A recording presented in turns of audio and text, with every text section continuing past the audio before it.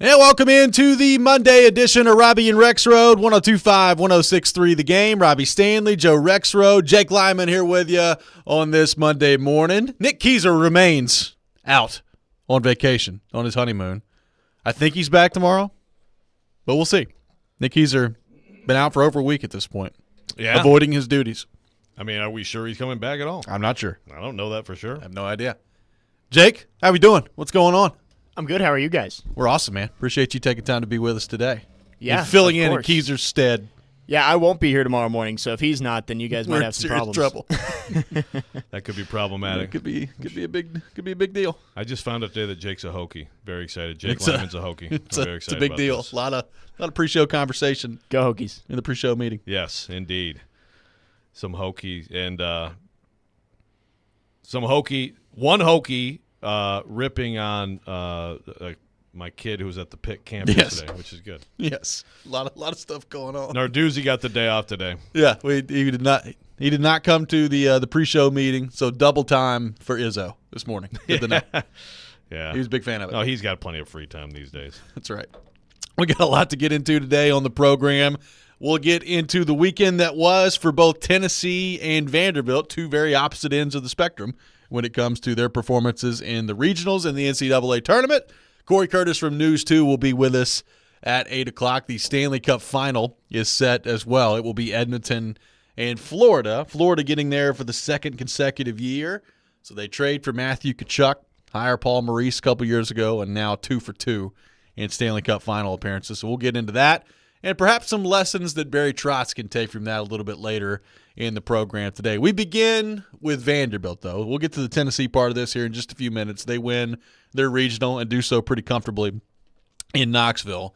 Did not go well for the Vandy boys over the weekend. They started with a opening loss, 13-3, just got hammered by Coastal Carolina, and then a lot of people making the low point jokes on Twitter when they lost a high point. I know. I couldn't resist, and I thought I was being so clever, and then I realized that every single person made a low point joke.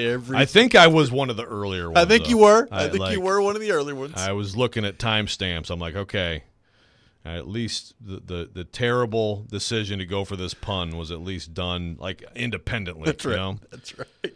So 2 games, 2 losses for Vanderbilt in the NCAA tournament. So we thought, Joe, maybe heading into the tournament that Vanderbilt had found something in the SEC tournament. They started to play better.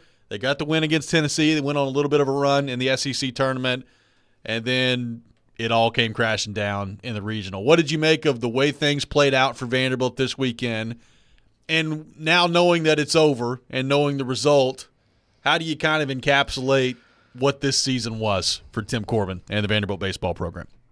Well, I think this is one of his worst teams. So now when one of your worst teams still gets into the tournament, makes some kind of run in Hoover, that's good. The problem is, obviously, it's the most recent team, so the trend is not good. I mean, Vanderbilt has not been out of the regionals since they played for the national championship at the end of the 2021 season and got hammered by Mississippi State in that third and deciding game in Omaha. Since then, they have not been to a super. Since then, and all of it, we're going to talk about the Vols later and the way they're taking people apart. But, I mean, all of this is intensified by Tennessee's success, too. All of this concern, and whether you believe that there's any sort of correlation like Tennessee, I mean, it's not like they're necessarily winning like recruiting battles against Vanderbilt left and right. But, I mean, look, I mean, that's the team down the road. That's your in-state rival. They're about to, I think, cruise to Omaha for the 3rd time in 4 years, the 2nd year in a row. They're the number 1 overall seed 2 out of 3 years, and you have not been to the supers in 3 years now. So this is one of Tim Corbin's worst teams. It was supposed to be built around pitching. I think the offense was always the concern, and it was a valid concern as it wasn't very good. Yep. And they does not have enough power in the lineup. That's obviously the biggest obvious thing to look at. But the pitching also was very disappointing. And the defense, I mean, they made so many untimely miscues. Look, the other day they're up 5-0 on High Point in the 6th inning. That's a game you take care of that, and you don't lose the high point. Would they have done anything from there? I mean, I'm going to guess no. But like, you take care of that game and you get yourself, you try to work your way through the losers bracket, and for them to cough it up. Now they were down 9-5, came back and tied that up. So I mean, I'd give them some credit there. But just whenever I see some of this from Vanderbilt fans, like not enough heart and this and that. And look, I mean, I can't sit here and give you stats on that, but the story is they're just not very good. It's not a very good team, and that's obviously disappointing. And I think it's, at the risk of being a little dramatic, a bit of a crossroads here for Tim Corbin. Well, it was a little jarring, right? Like, obviously we've talked about this. The landscape in college athletics is changing, but Vanderbilt under Tim Corbin has been not only like the one shining light over there, but it's been constant. Like, it's been a constant just chain of success that they've had. And look, if you want to go by just NCAA tournament appearances, it continued this year, right? Like, they got their way into the tournament. They made a nice run at the end of the regular season into the SEC tournament to land that 2 seed, and then it came all crashing to a halt the other day. It's a little jarring to see Vanderbilt in this spot. And Tim Corbin talked about that a little bit after the game Saturday when they were officially eliminated, of like, this is obviously something that they've got to fix here. I look at it from a couple of different perspectives. Number one, the recruiting and that part of the way that the program is going, I think it's still going to be fine. Like, I don't think that Tim Corbin has forgotten how to build a program. I don't think Tim Corbin has forgotten how to coach. So, like, if you ask me moving forward, like, is Vanderbilt going to get back to a place where they're winning regionals, going to super regionals, getting to Omaha? My answer is yes. Like, I still have confidence moving forward that Vanderbilt is going to be a really, really good baseball program. I do wonder, and I think this is where, like, the Tennessee part of it comes in there. And not just Tennessee, it's the whole conference. Like, the landscape is shifting, and you've got people investing more money than they ever have in baseball programs now in the SEC. And is that going to even out the playing field even more? Like, is Vanderbilt ever going to get back to the place where they're, without a doubt, the preeminent program in the SEC? And that's kind of, to me, two different things. Like, I still feel very confident that Tim Corbin knows what he's doing, and they're going to build a really good team moving forward here, and that this is not going to be like some norm for Vanderbilt. But I do think it's a fair question to ask of, with everything going on in the rest of the SEC right now, and NIL and all that stuff, like, I mean, we saw it last year, right? LSU basically bought a team, and they were unbelievable, and they won a national championship. And it's not going to be like that every year, but there's just more investment left and right in baseball programs, especially in this conference. And what's that going to mean for Vanderbilt moving forward? Yeah, that's a good question. Now, remember, like, South Carolina won back-to-back They did. natties. I mean, it's been a good Florida, conference for LSU, a long time. Yeah, like, so I think when Vanderbilt won it in 19, there was no doubt, right? Like, they were the best program in the SEC, probably the best program in college baseball. Will they get back to that? Yeah, I think probably not. Look, here's the thing. I think before we even get to that, I am sitting here waiting a little bit to hear from Tim Corbin, because I don't completely rule out Tim Corbin retiring. Yeah. I can't, and I'm just saying that. I'm saying that at the end of every year at this point, okay? Look, He's 62. We just saw Nick Saban. We just saw Jay Wright, on and on and on. And some of these coaches that see what the landscape is, and how the programs they built, how difficult it is, to sort of maintain some of the things that they've done for such a long time. They just get out, and I cannot rule that out until I know for sure. So I'm gonna go back. This one of my favorite things to do is just read myself on the air. I absolutely love it. But I'm gonna find this quote, because I do think it's. I thought about it last year. I think we talked about this last year, right? We talked about when their season ended. Like, is it possible that they could be as I say they, the Corbins, could be done because they do this as a partnership more than like anyone else. And, of course, now I'm going through this thing and I can't find the quote. But the quote was kind of like, this could be the end of us, okay? Yeah. That's the quote. And I keep going back to that, like how much do you want to do this? I'm guessing right now that Tim Corbin does, and that if he does, he's going to have to change some things. And that may be not just like the NIL portal stuff. It may mean staff stuff too. But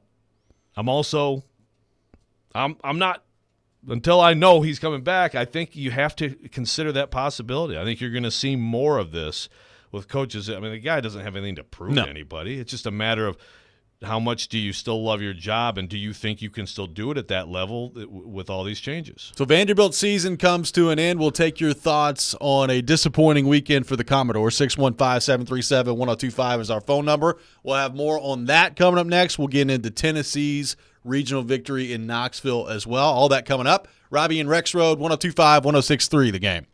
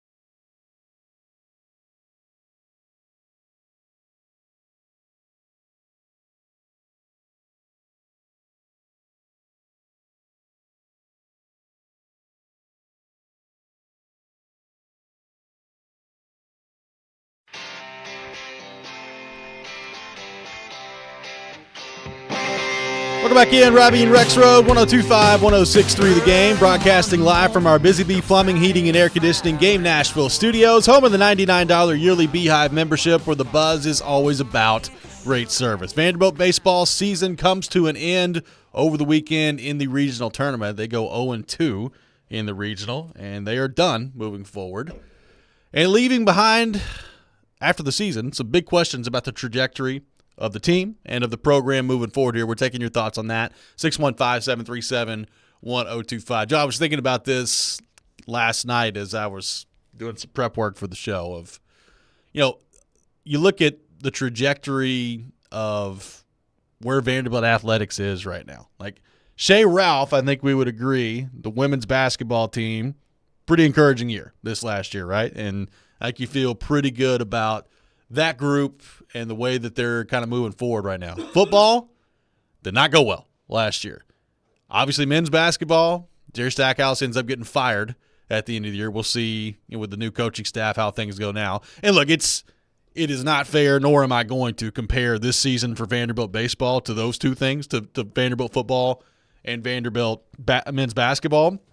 But I'm just saying, when you go we've thrown the question out there, like, is this from an entire athletic department standpoint for Tennessee, is this, quote-unquote, a golden age? It's certainly not that for Vanderbilt athletics right now, and we'll see if Clark Lee can turn things around this year. We'll see with the new coaching staff coming in for men's basketball what that looks like. And again, this Vanderbilt baseball season was not either one of those things, but it's not what you've grown accustomed to seeing from Tim Corbin and Vanderbilt baseball. Right. Like you said, Shea Ralph's program, I mean, I guess we can give Jake Lyman, the voice of the program, credit. Man, I mean, he probably doesn't give enough credit for their success. But seriously, like, they had a fantastic year, and that is a program on the rise, and it's very exciting to see that trajectory if you're a Vanderbilt fan. But as far as the three, major men's sports, this is one of the worst years. Like, there were obviously worse years before Tim Corbin when baseball was bad, right? And football, I mean, you can probably find a lot of eras where and football went 2-9. Oh, and football went 1-10. Oh, yeah, right. I mean, like, you can, but men's basketball, that's the program that historically has been pretty solid to very good, and of course another coaching change. This year of recent times, certainly since Corbin has been at Vanderbilt, is absolutely one of the worst years for those three sports combined. So it's an interesting time because I still think there's a lot of, there's a lot of positive development around the infrastructure, the facilities. I mean, it's going to be pretty cool over there, what they're doing and everything. The investment, they actually are investing in the collective. I mean, the collective, like, they're doing the things you're supposed to do, but we'll see. We'll see if Byington can win. Yep. I kind of like his first roster, but this is the program that's obviously this is the program where Vanderbilt fans can puff out their chests and say, this is a nationally elite, national championship contending program. And again, 3 straight years where you don't get to the second weekend of the tournament. So that's of all of those things, I think that's the toughest part for Vanderbilt fans, right? So what do you make of this from Cole in Nashville? It says, Tim Corbin, of course, the best coach across all sports in modern Vanderbilt history. I'd be happy to see him coach forever. But Vanderbilt is not made to compete in the NIL or, quote, paying players era, if I could speak. The university is too committed to remaining a school and not a semi-pro sports franchise. Good or bad, that's the bottom line. This from Cole in Nashville. I don't agree with that. I understand the sentiment. Like I just said, look, I mean, I don't get like daily reports on the collective, but they have raised a lot of money. They have people with a lot of. I mean, they just got. Well, here. Didn't they get like an anonymous donation? They just got an anonymous $20 million. A cool $20 million. Yeah. I hope it wasn't Ingram. I'm like. It's not John Ingram. Like, again, he's like, all right, well, I'll give you another 20. I'm just not going to put my name on this one. Like, I hope it is somebody else. I think it is somebody else. But yeah, no, it was not me. It was can't confirm. If I give somebody $20 million, my name's on a freaking building right now. Okay, my name's all over the building. My name's on the urinals, the urinal cakes. Okay, if I give you $20 million, amen. Yes, but look. I understand Cole saying that, and it's a logical train of thought, given Vanderbilt's history, in particular some of the opposition on the university side to investing in athletics, but it's just not true anymore. I mean, Daniel Diermeyer is like, athletics needs to be the front porch. We just haven't seen it pay off on the field, on the court yet, as much as you hope. And again, when your great program is going backward, I get looking at that and saying, okay, well, they're just not made to compete. There's a lot of elements to that. I actually would like to get Jake's thoughts on that. Jake, you're around Vanderbilt a lot, so that sentiment from Cole in Nashville makes you think what? I mean, the 2 years that I've been around Vanderbilt athletics, it feels like there is a much bigger commitment than we've seen in the past. Like Chancellor Diermeyer, it feels like he wants to be elite at both things, academics and athletics, which hasn't always been the case over there. So it's heading in the right direction, and I think you see that with the basketball programs. Obviously, being around Coach Ralph, she knows what she's doing, and then Coach Byington has a lot of buzz around his program. So hopefully that's the start of what we see across all sports. Yeah. Now, of course, baseball's different. It's 11.7. Yep. And we know that there was an advantage. I could talk all day about the opportunity Vanderbilt and the misconceptions about it, but it's not that it's not nothing either. There have been some guys who have gotten a lot of money to play at Vanderbilt they couldn't have gotten elsewhere before this era. But I mean, Tim Corbin has embraced, certainly, like there are guys on this baseball roster that get money, and they've well beyond the splitting up of 11.7. And they've gone in the portal a little bit. I do think that going into the portal more that's probably something that has to happen. But it's interesting too, because we're going to get to Tennessee, and we've talked about this before. But how much is that team portal built? Not a lot. Not a ton. It's mostly a couple guys, but not a ton. Yeah, and they've done well when they've gone in. They've done well, but it is for the most part homegrown guys that have been in the program for years, and that's still, to me, the best way to do it. I mean, even like UConn and hoops, they'll make great portal ads, but they still have this core that they started with the program, and you can find other examples of that too. So that said, yes, he's got to get in there. I'll also say this. I think the freshman class right now at Vanderbilt has some really special talent, and I think some of these guys I think Braden Holcomb is certainly a guy. Koziel, whose name I think I may be butchering every time I say it. But they've got some really special talents, I think. Ethan McElvaney was hurt this year. Yep. Nolensville High, shout out Nolensville Knights, Fridays for Knights. But the question you have, though, now when you see that is, okay, so is anybody trying to poach these guys this summer? You're right? Like, if you tell me that he's keeping together his freshman class, then I think that's one thing. I think people might be sleeping on how talented it is. William from Madison says, problem with Vanderbilt has been player development, which sounds crazy to say when you start talking about a Tim Corbin coach team. But I do wonder, and this goes back to something you said last segment, what about the staff? Like if Corbin is back, and I say if Corbin is back, not as if they're going to fire him, but if he elects to come back and he doesn't want to retire or anything, does he make some changes to the staff heading into next year? That's going to be something pretty interesting to watch, and that's been something that really in the last part of the regular season and certainly since their season ended on Saturday, a lot of Vanderbilt fans on Twitter have been kind of screaming about that I've seen. Yes. Mike Baxter, the hitting coach. Yep. Now, as a Detroit Tigers fan, I tell you, it's like so many years where it's like, yeah, their lineup sucks, but it's the hitting coach is the problem. Get a new hitting coach there. That said, I saw this stat on Arkansas in the last 7 postseasons, batting 176. Talk about a program that is just consistently disappointing this time of year. And, of course, that coincides with Vitello being gone. Yeah. So, look, there's something to be said. It's obviously an important job, pitching coach, hitting coach. My initial reaction is it's like the OC, or whatever. It's like it's an easy place to place blame. But, look, I'm also not just dismissing that there could be something to it, that he may need to shake things up with the staff. Coming up next, we'll get into the Tennessee side of things. It went very well for the Vols over the weekend. They win the Knoxville Regional. They'll host the Super coming up next weekend. We'll get Joe's thoughts on that, what we saw from Tennessee, and a matchup that we were looking forward to that now is not going to happen heading into the Supers. We'll get into all that. Robby and Rexrode, 102.5, 106.3 The Game.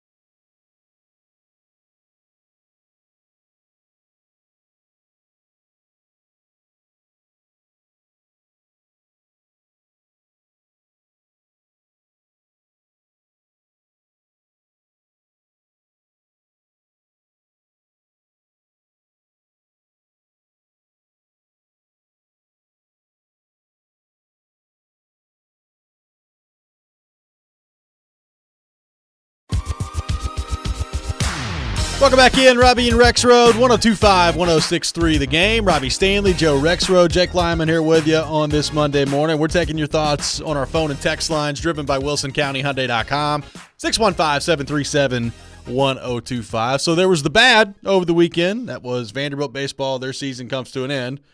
Joe, on the flip side of things, Tennessee, very good over the weekend. They win all three of their games. Their regional is over. They have advanced to the Supers.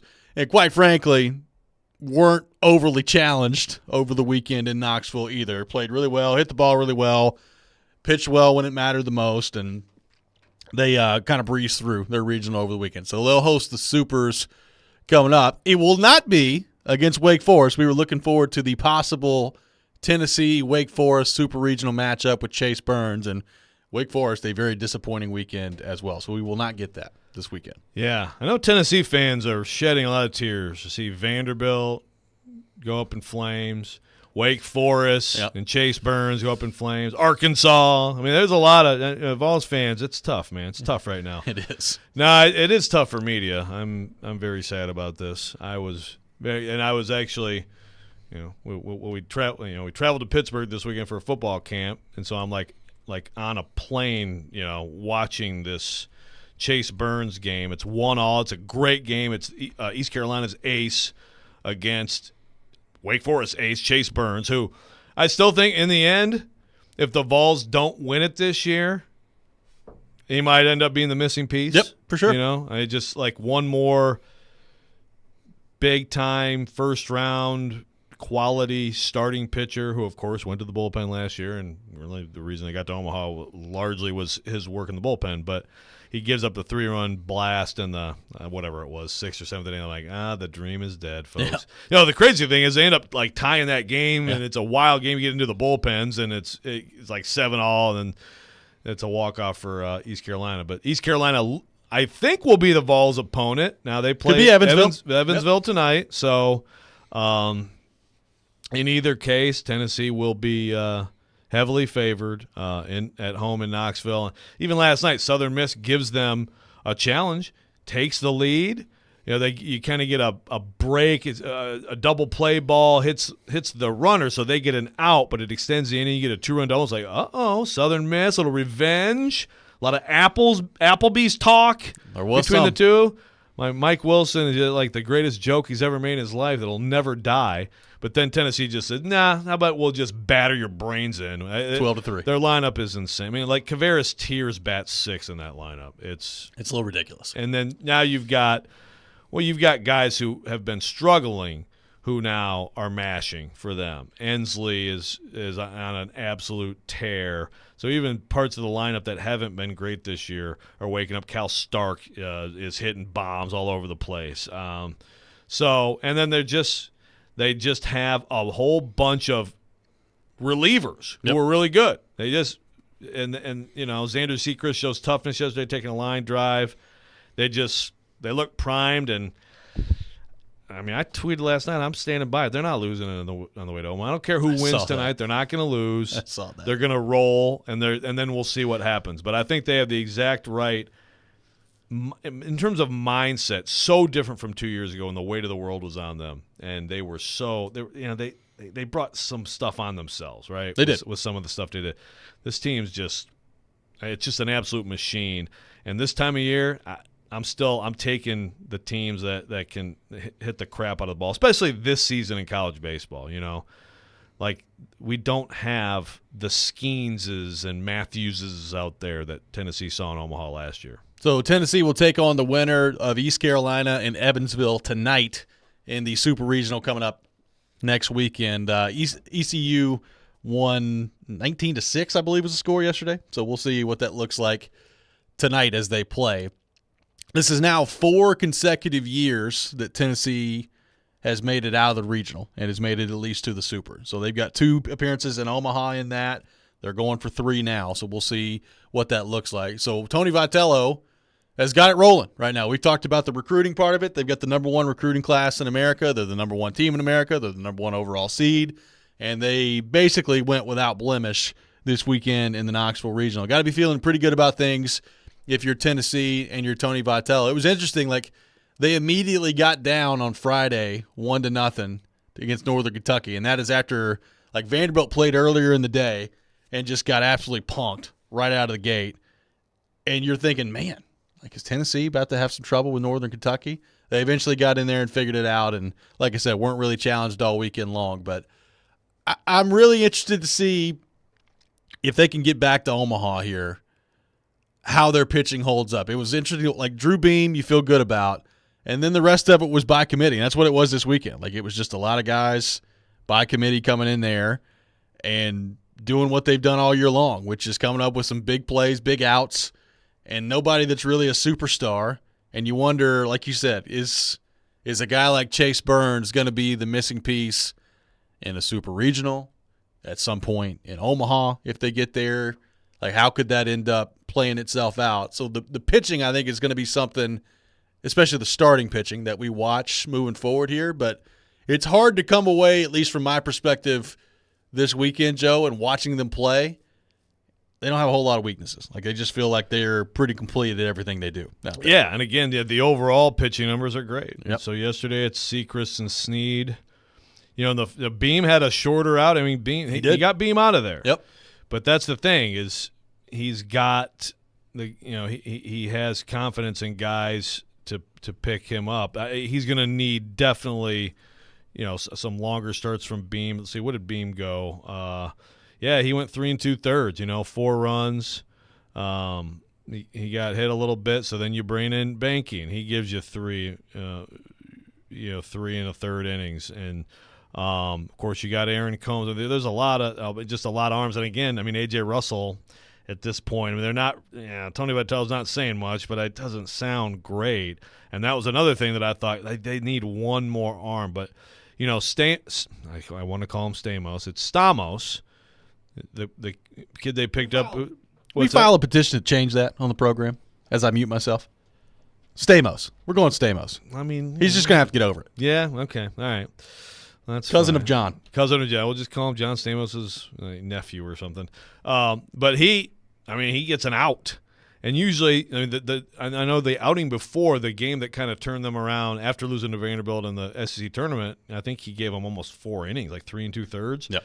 He gives them an out. So A.J. Causey comes in and gives them 6 2/3. And it's always Stamos, and Causey that go together. And then you get Kirby Connell for 2 innings. I mean, Causey was dealing up there too. Yeah, and he's got absolutely electric stuff.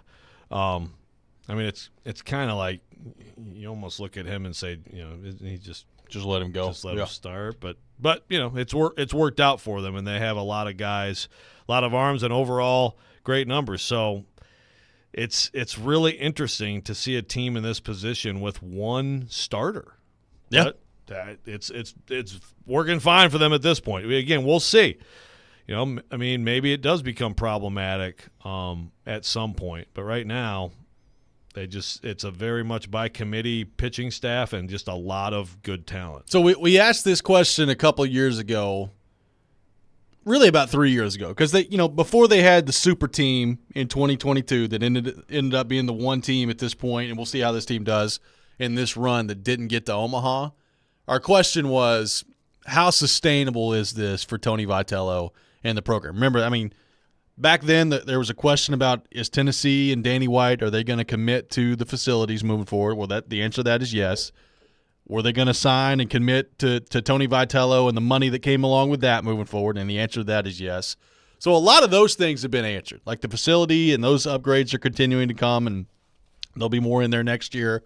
Obviously, they've paid Vitello at this point, and there's enough body of work with Vitello now to know that he's pretty darn good, and this is a good program, and it's going to be sustainable moving forward here.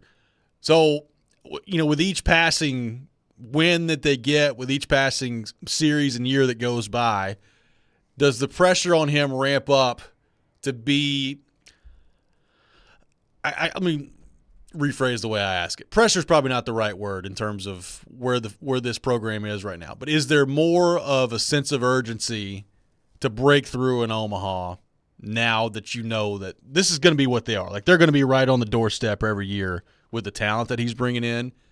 That time to break through. We saw it with Vanderbilt. Like, it took Vanderbilt and Tim Corbin a pretty good while to break through before they won the national title. Tennessee obviously is still kind of in the infancy stages of trying to build that. But how do you view that part of it with Vitello, the program he's established, and what the expectation should be moving forward here in terms of getting to Omaha and making some noise once you get there? Yeah, look, you need to win one at some point, and this is a great opportunity for him. So the more you knock on the door, I mean, that's what as a coach, that's how I think you look at it, is you keep knocking on the door, and you're going to break through at some point. But if they get to Omaha this year and don't win it or have a disappointing performance, then that becomes more of the conversation. But like you said, keep this in mind. Corbin didn't get to the College World Series until his 9th season with Vanderbilt, and at that point, he'd only been to 2 supers. So now he took over a program that was barren. So you have to understand that too. I mean, I think Tennessee's Tennessee has some advantages, some resources that I give you, even though like the stadium wasn't a bonus. It was one of the worst stadiums in the SEC, but they had some stuff that where Vitale was ready to rock a lot. I'm sure a lot more than Corbin was in 2003, but it still took him a long time. And that, I mean, how much of that was the talking point and the pressure? Like, yeah, great program, lots of wins. You know, that 07 team is fifth team, incredible team, 54-win team, and you lose in the regional to Michigan, just shocking result. And then he finally wins it in his 12th year, right? 2014. So it is also a different time. Like, it's a different time in sports where, like, there's just less patience and there's more screaming and whatever, you know. And plus, Vitello is already a lightning rod with his, with his personality. Although I feel like he's become less. I know that he's still intense and, like, he'll scream at an ump and stuff like that, or scream at other players and say they should call him coach. But also, like, just he's just so random, man. I mean, he apparently likes gummy lifesavers. Too much. Nabisco. Yeah. Too much, yeah. He had a lifetime supply of gummy lifesavers and got sick on it. But I'll never forget it. I had him on a podcast I did one time, and he just randomly brought up, like, Sonic Ice, how they crush their ice, and spent like 5 minutes talking to me about how good Sonic Ice is. I was like, what is going on here? What is happening? But it was awesome. I agree with that, by the way. I agree. It was great. A Route 44. Yeah. With that ice, yeah, pretty good. All day, man. Yeah, but he's sort of, I feel like he has a nice balance now, kind of he's established it. This isn't a flash in the pan. The program is going to keep having good teams, and so it's just a matter of, can you go win one? I mean, this is like this team from a coaching perspective. There probably are like more in-game decisions, I guess, just because like. You can't go out there and say, okay, Tidwell and Dolander and Beam and Bird, just go out there and then we'll see in the seventh inning, right? But it's working out well for them so far. I mean, look, if they don't win it this year, Vanderbilt fans will be ready because they are ready to talk some trash back to Tennessee fans, right? So that's part of the deal. I'm perhaps the most disappointing part of Vanderbilt losing over the weekend was we were robbed yet again of a Tennessee-Vanderbilt College World Series final. It's going to happen someday. I stand by it. One day it'll get there.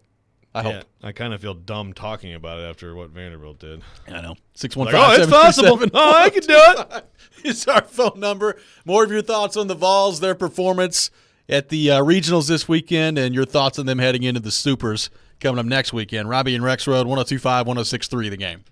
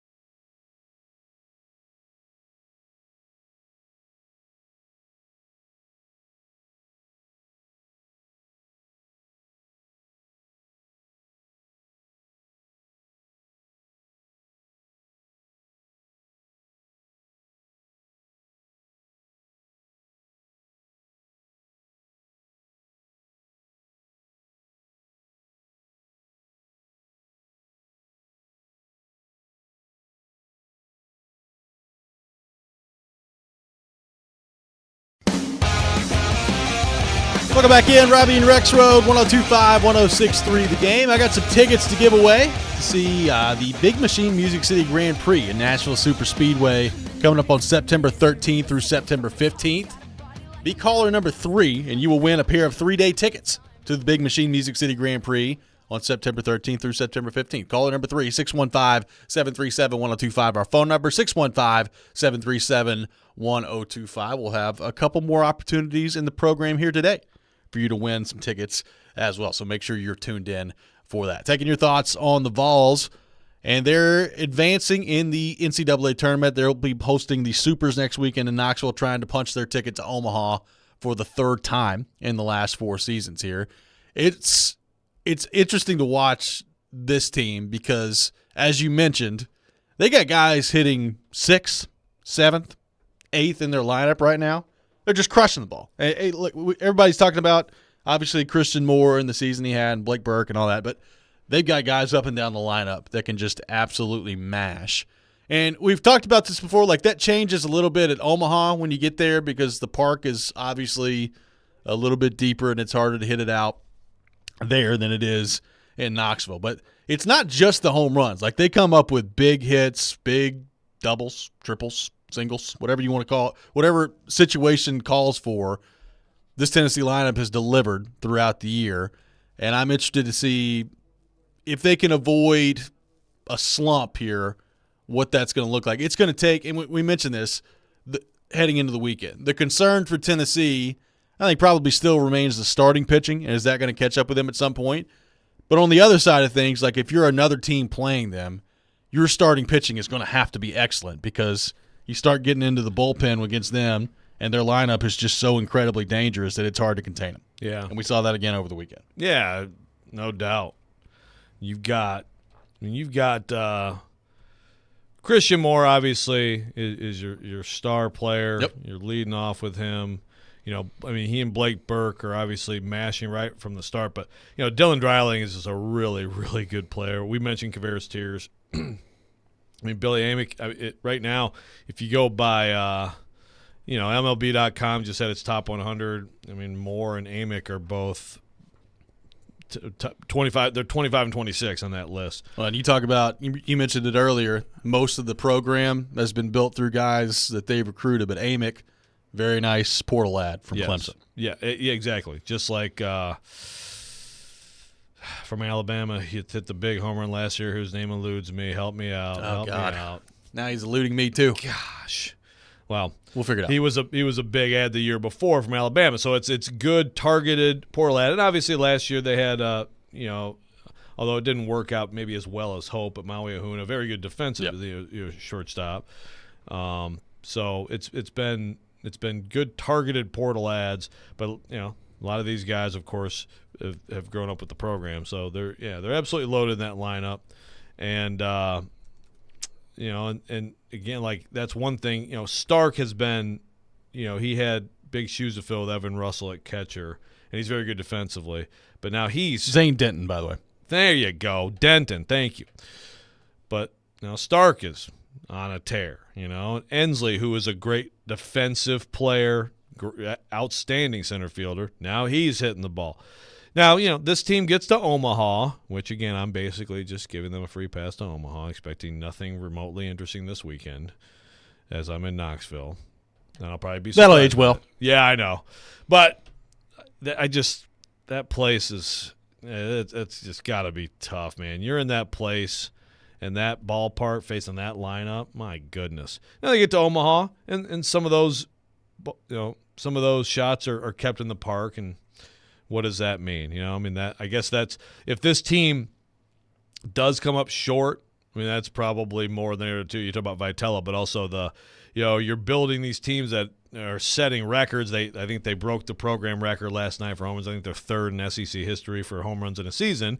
But that doesn't translate to Omaha. Do you need to do something different, right? I mean, I'd probably keep doing this, and then just at one point you probably win. But it would be a reasonable discussion to have. So let me ask you this: let's say Tennessee goes through the Supers here, they get to Omaha, and they pull it off. They win the national title. What does that mean for the Tennessee fan base kind of put it in the scope of the overall athletic picture right now with baseball. I mean, we all know football's king, and it's not close to the equivalent of a Tennessee football national championship. But what does it mean for the fan base, and what does that mean for the Tennessee-Vanderbilt rivalry as currently constructed if Tennessee is able to pull this off? So I'm glad you brought that up because this brings to mind a discussion we had a few years ago about program. What's the better program? And at that discussion we had was Kentucky football, if you remember, in Tennessee football. Yeah. And I believe I said, look, I think Kentucky football is a better program right now. It's closest I've ever come to slapping you on the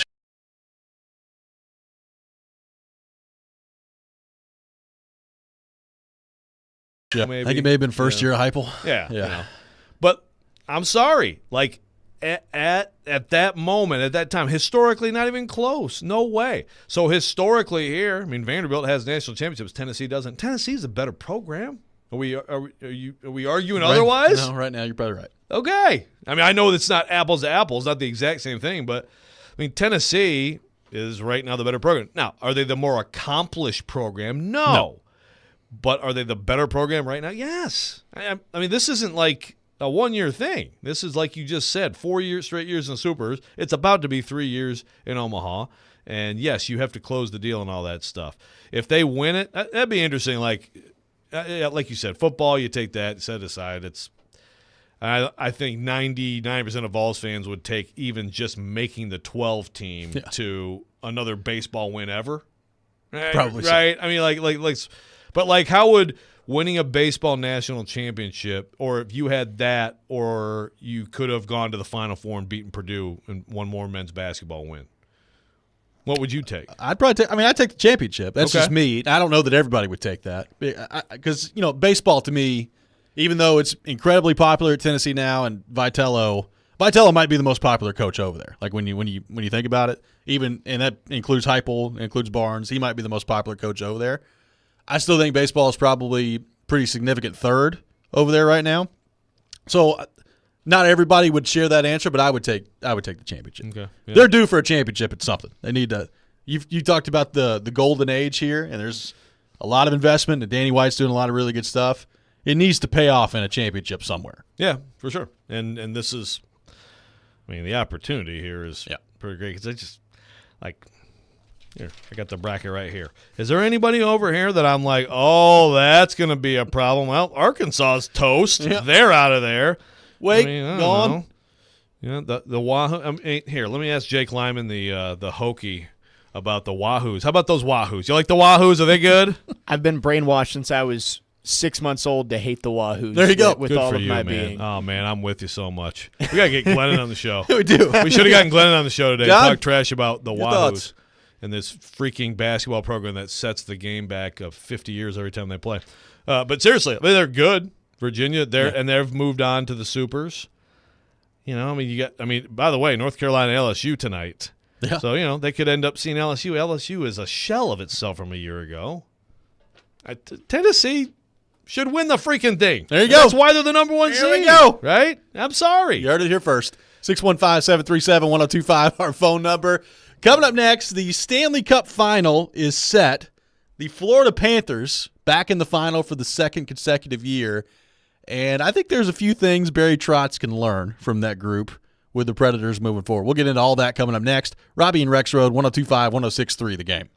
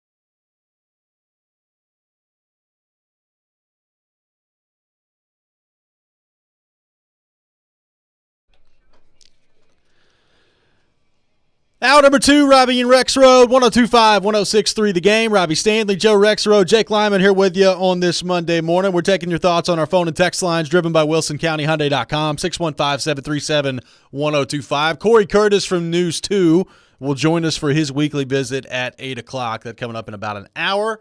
We'll get Corey's thoughts on all things Middle Tennessee sports. Looking forward to that. Joe, the Stanley Cup final is set. Edmonton wins last night at home. Florida wins on Saturday night. So over the weekend, the matchup set did not get a Game 7 in either series, which I was upset about, but it is what it is. Yeah, it's disappointing. Sets up for quite the travel schedule coming up in the Stanley Cup final. It's hard to imagine a much further matchup than Edmonton and Florida, but that's what we're going to get in the Stanley Cup final. I think it's the longest one ever. There was Vancouver-Boston that was long. But I think I saw yesterday where, like, travel-wise, this is the longest matchup ever. I believe so. In the Stanley Cup final. So that one's going to be interesting to figure out there. Edmonton got outshot, I think, 35-10 last night, 1-2-1. Connor McDavid made an unbelievable play that they're showing on the screen right now. So big goal from him. Filth. Zach Hyman gets another goal, and they hold off the Dallas Stars. So you've got Connor McDavid, Leon Draisaitl, Matthias Ekholm, and the Edmonton Oilers in the final, taking on the Florida Panthers, who are there for the second consecutive season. So a couple years ago, Joe, Andrew Burnett's the coach. He takes over really early into the season, I think 7 games in, after Joel Quenneville and all the stuff around him went down. He gets fired. Andrew Burnett coaches Florida to a President's Trophy. They win the President's Trophy. They win their first-round series, and then they get torched by Tampa in the second round. After that, they move on from Andrew Burnett. That same offseason, the Florida Panthers make the trade for Matthew Tkachuk, and then they hire Paul Maurice as head coach.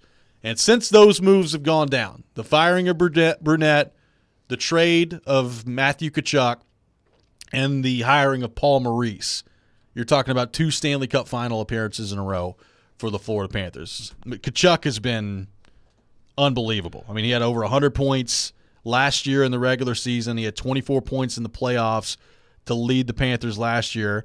And right now, he leads the Panthers in scoring in the playoffs this year. So, I mean, somebody was talking about this the other day on Twitter. Like, that trade, it's hard to find a much better trade in terms of just immediate impact in recent NHL history, working out the way that this one has for Matthew Tkachuk. And it got me thinking about the Predators and where they are right now. And it's not the same scenario. Like, Florida was a good team that was ascending and then turned into a great team right when Andrew Burnett was there and Joel Quenneville was taking over. Like, you could see it with Barkov and Ekblad, and they signed Bobrovsky to the big deal. Like, they had a lot of really good pieces. They had Huberdeau at the time, and then they made that trade. But they had been a team that had missed the playoffs 3 years in a row from 17 to 19. They got in the bubble tournament in 20. Were out in the first round, if that's what you want to call it, the same way the Predators were. Out in round 1 in 2021, and then out in round 2 in 2022. So a team that had been really, really good did not have a ton of postseason success to show for it. They make the big trade for Matthew Tkachuk, and they got a cup final appearance last year, and we'll see if they can finish the job this year and if they can win it. If not, you're talking about at least 2 cup final appearances. And it got me thinking, like, they were bold enough to go make the big move, go get Matthew Tkachuk. And obviously Matthew Tkachuk is not available every offseason. But guys like him that are pretty close could be. We've talked about Marner. We've talked about his brother, Brady, that may be available at some point. We'll see what happens. Ottawa Senators Twitter continues to go nuts over that stuff, so we'll see. Sends Twitter, man. Like, if you're Barry Trotz, and really if you're any general manager, and I think back to some comments Trotz had after the season of being aggressive, like the Vegas Golden Knights model, another team that's not afraid to make trades. They made the big one for Eichel. That worked out well for them too. Like, really honing in on, like, if there are superstar players available and you got a chance to go get them, don't hold back. Go get them. And I'm interested to see if Barry Trotz takes that approach. And if so, can you identify the right player that can have maybe not an impact like Matthew Tkachuk had, but pretty close? That's the goal, right? I mean, I think can you get a DeLorean and go back 2 years because we talked a lot about Kachuk as a possibility here. And again, I think Florida was always his preferred destination, and there's a lot of reasons for that. The team, we talked about it, and they just won the President's Trophy, no state income tax, all that stuff. But we had Jeremy Rutherford, who is really kind of tied in with the Kachuk family on our show at the time, and he talked about the Nashville part of it. He's like, yeah, there's legitimate interest there in Nashville too. Yeah, but that didn't happen. It did not. That would have been a good one. And yeah, that's the thing. Like that team, they got swept by the Lightning with Brunette coaching. Yep. Again, Brunette, they won a round with him, and they got swept by the Lightning. And just the Lightning was playing like a machine during that series. But still, obviously, it's gone better with the switch. But Kachuk is the big thing, and it's just one of those things. Like, yes, make that bold move, but just make the right one. Yep. There's a lot of people who would say, just like a lot of people, I think at the time. Although, I'll raise my hand. I didn't see it working out this well. No. But there are a lot of people that would say, yeah, you don't compare like the Kachuk. What did I just call him? Kachuk? Kachuk situation to Marner, because there's so many questions about Marner. For sure. But he is. But obviously, he's somebody who's in the discussion now. That is a possible big move you could make. It doesn't mean there aren't others, but it's just about making the right ones, pulling the right levers. Kachuk?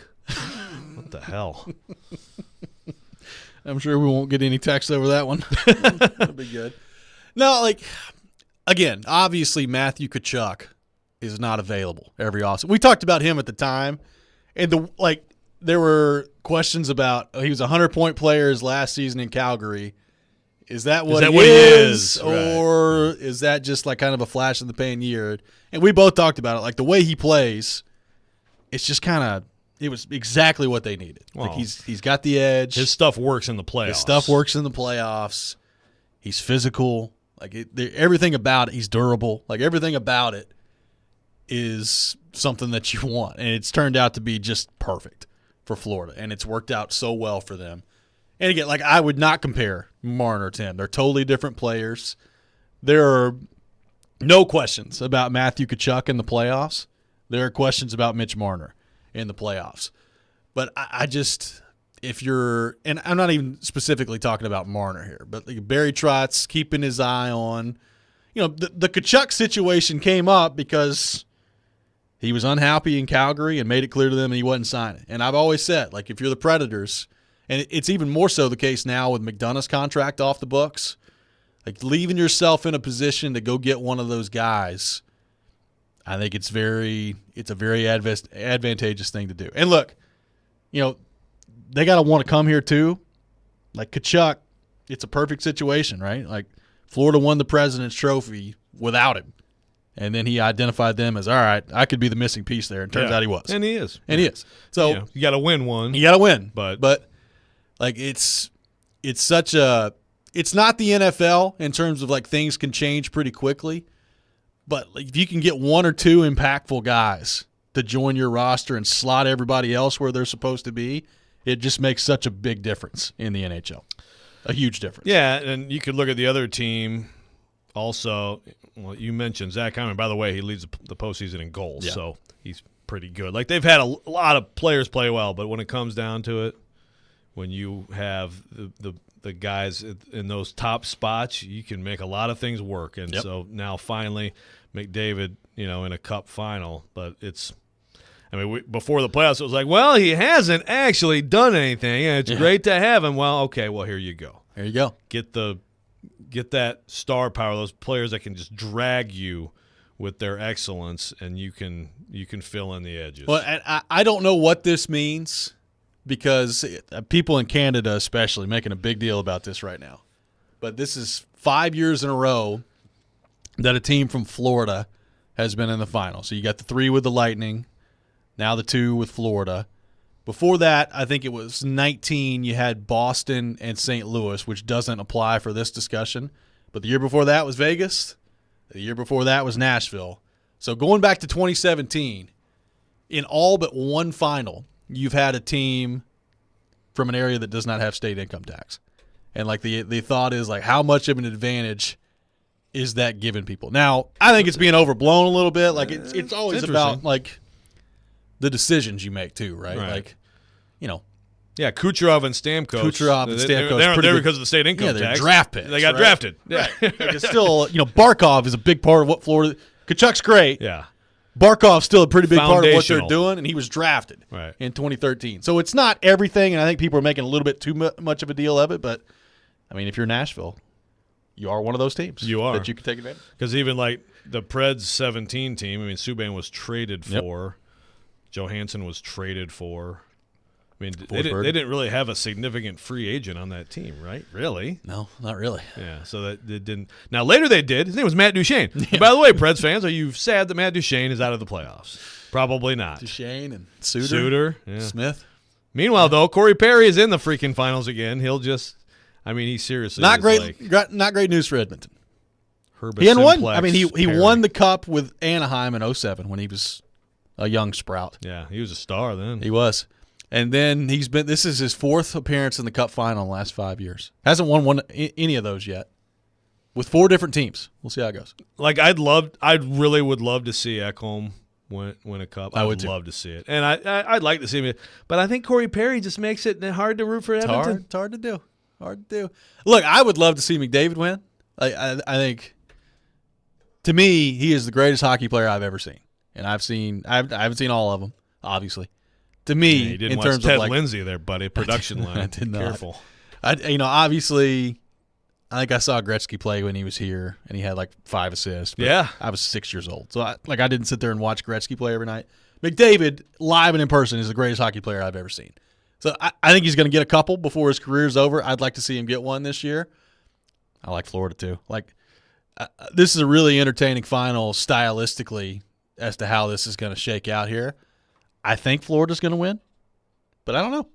It's hard for me to doubt McDavid and Draisaitl and what they're doing at this point. Well, right. I mean, I think we both thought Dallas was going to win, right?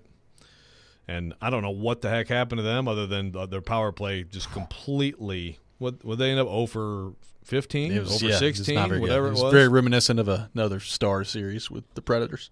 That's right. Didn't go very well for the Preds. Right. So, yeah, hard to doubt them. I'm excited for it, for sure. I am too. 615-737-1025, our phone number. What do you make of the Stanley Cup final matchup? What are some lessons that Barry Trotz and the Predators can take from this matchup and how to build the team moving forward? Take more of your thoughts on that. Robby and Rexrode, 1025-1063, The Game.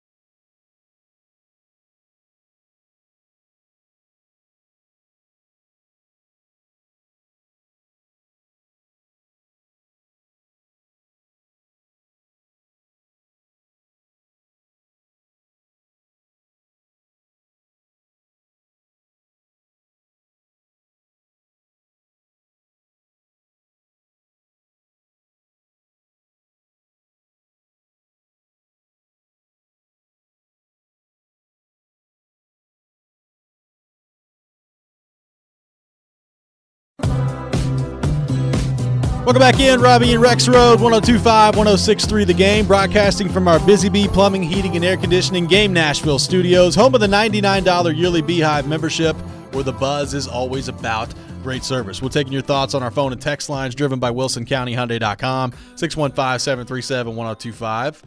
Got a texter that says, Duchesne, 2 goals, 4 assists, 19 playoff games. Maybe the decision by Trotz to delete him from the organization was the right one. Wow. Delete him from the organization. That sounds like a bad Sandra Bullock movie about the internet. Trey says, Matt Duchesne curse stands true. Not a serial winner. Not a serial winner. Not a serial winner. They did go to the conference final. Yeah. Yeah, they had it. I mean, they had a pretty good year. Conference final's not bad. Yeah. But, hey. They did not win the championship. You're correct. You can. That's right. And so you can, if you want to trace this to Matt Duchesne, I mean, you can. Ben says he didn't do enough. There's no doubt about that. Ben says there are many cases where nobody could tell beforehand that a trade was even possible, but it happens. So the big wigs that we're paying to make it happen need to make it happen. Talking about Barry Trotz and the Predators this offseason. I do think, they have enough cap space and enough draft capital / prospect pool to choose from that if there's a deal that can be made out there, they're at least going to be in the conversation of it. And maybe they're not the ones to pull it off, and sometimes it's more complicated than you have the assets and you have the money. A lot of times there's an extension that goes with it, and does the player want to be there? There's no movement clauses. There's no trade clause. There's a bunch of stuff that goes into it. But I do think the Predators, and I think Poyle deserves some credit for this. I think Trotz deserves some credit for this, for continuing to kind of go this way of leaving yourself enough flexibility to where if a deal like that presents itself, you at least have the opportunity to strike. Because there are a lot of teams that don't have that right now. Like, they just don't – they're strapped. They don't have enough room to make it happen. Yeah.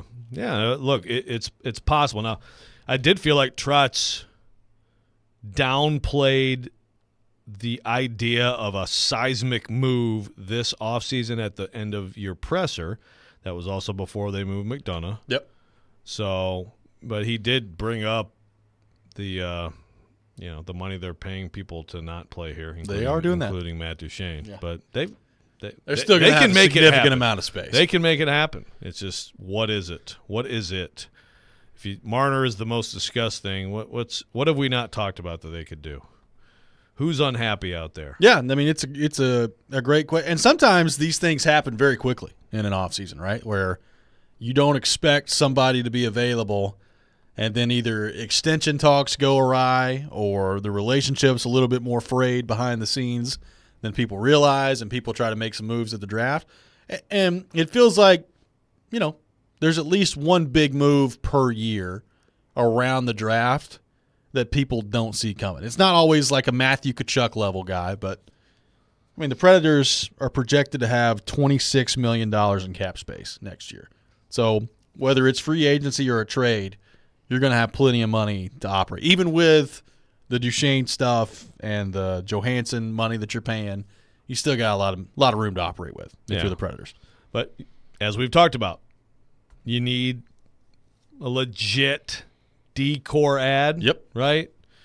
And you could look at this more like, how about a couple of forwards? Yep. And that would take up potentially a decent chunk of it, and then you're more without the big move. But you want the difference maker. But again, I just, other than Marner, if you believe that he is the right fit and you're willing to commit to him, which I just feel like is such a huge gamble, and I think is a lot different than like Tkachuk from a couple years ago. Yep. Short of that, I think it's more incremental adding, right? Probably. Yep. I would say probably. Ryan on the text line says, Preds can learn from both the last 2 Stanley Cup finals. The defense needs to get bigger. Both teams' defenses on average are 6'1" and physical. Preds need to beef up the defense more. Also, the guy that would help would be Natchez. He's like a Tkachuk, but younger. Hasn't hit his true stride yet. Now, I would not go Tkachuk with Natchez. Natchez is good. I don't know that he's got Matthew Tkachuk in him. But yeah, and we've talked about him, and I like the idea. And we've definitely talked about the size and physicality. Yep. Certainly in the blue line. How much you want to overpay Zadorov? I think for sure, like Vegas for sure, last year, big defense, mobile. Like Edmonton does have some bigger players on defense, but really, like Edmonton has two guys on defense in Ekholm and Bouchard that are really good.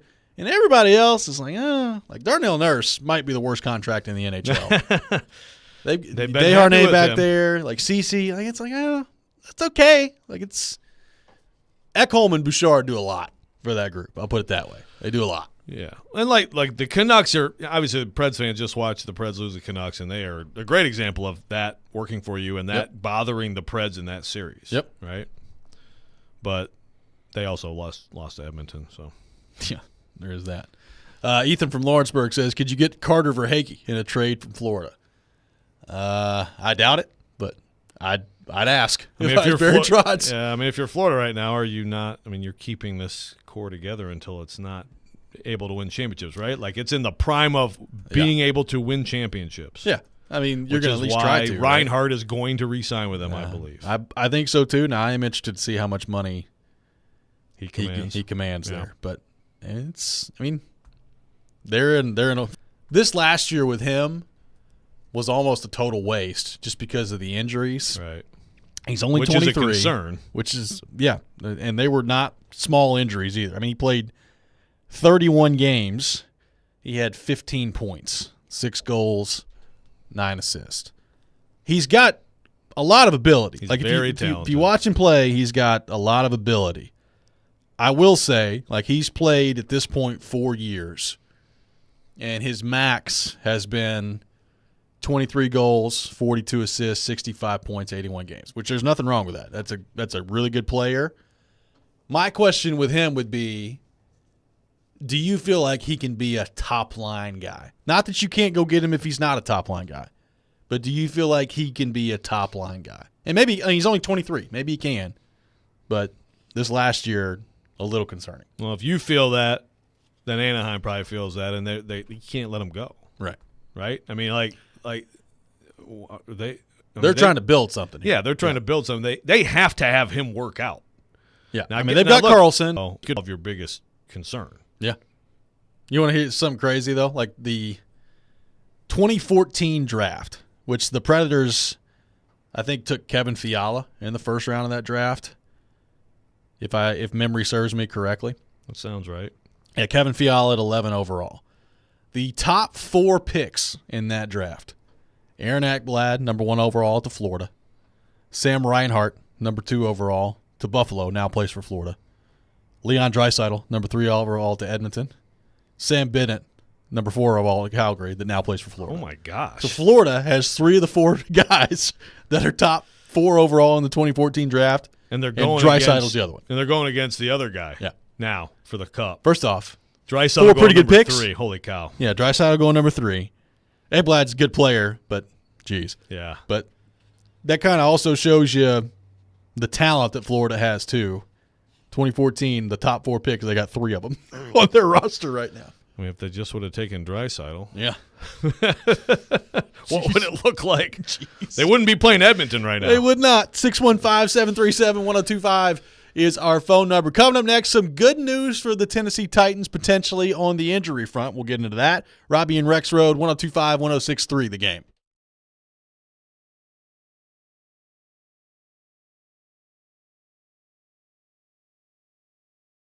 Hey, folks, if you're running a fast-growing business in Nashville, you should listen up. Joe Rexrode here letting you know that NetSuite's Business Grows Here event is coming to Nashville on Tuesday, June 25th. You do not want to miss this. Why Nashville? Because NetSuite knows Nashville is a hub for entrepreneurs with forward-thinking founders, a top talent pool, and pro-business leadership. Apply to attend the business event of the year, Business Grows Here, Conrad Hotel, Tuesday, June 25th. You're going to learn how Tennessee's paving the way for new business growth and capital. You're going to see how technology, fueled by AI, is shaping the way we grow and run our businesses. And you're going to hear from leaders like Jamie Siminoff, billion-dollar business leader, Jamie Siminoff, founder of Ring Video Doorbell, Burt Nihill, CEO of the Tennessee Titans. NetSuite by Oracle, Business Grows Here, free to attend if you qualify. You can apply right now to find out if you qualify. Seats are going quickly. Block out that calendar. Tuesday, June 25th. Apply right now. netsuite.com/Nashville. Again, netsuite.com/Nashville. Also, you can go to our site, thegamenashville.com/events for a link.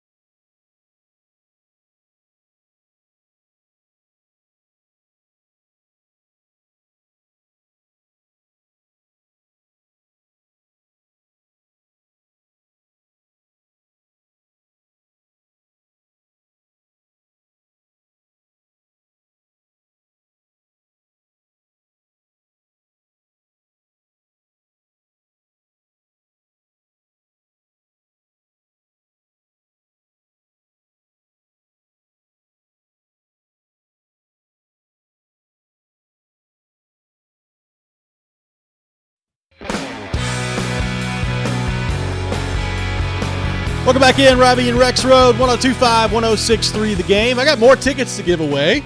A pair of 3-day tickets to the Big Machine Music City Grand Prix at Nashville Superspeedway, September 13th through the 15th. Be caller 5, 615-737-1025. 615-737-1025. Caller 5 will win a pair of 3-day tickets to the Big Machine Music City Grand Prix coming up in September. Also, you can purchase your tickets now for the Music City Grand Prix at the Nashville Superspeedway at musiccitygp.com, as the racing station 102.5 The Game has a special offer that is for a limited time.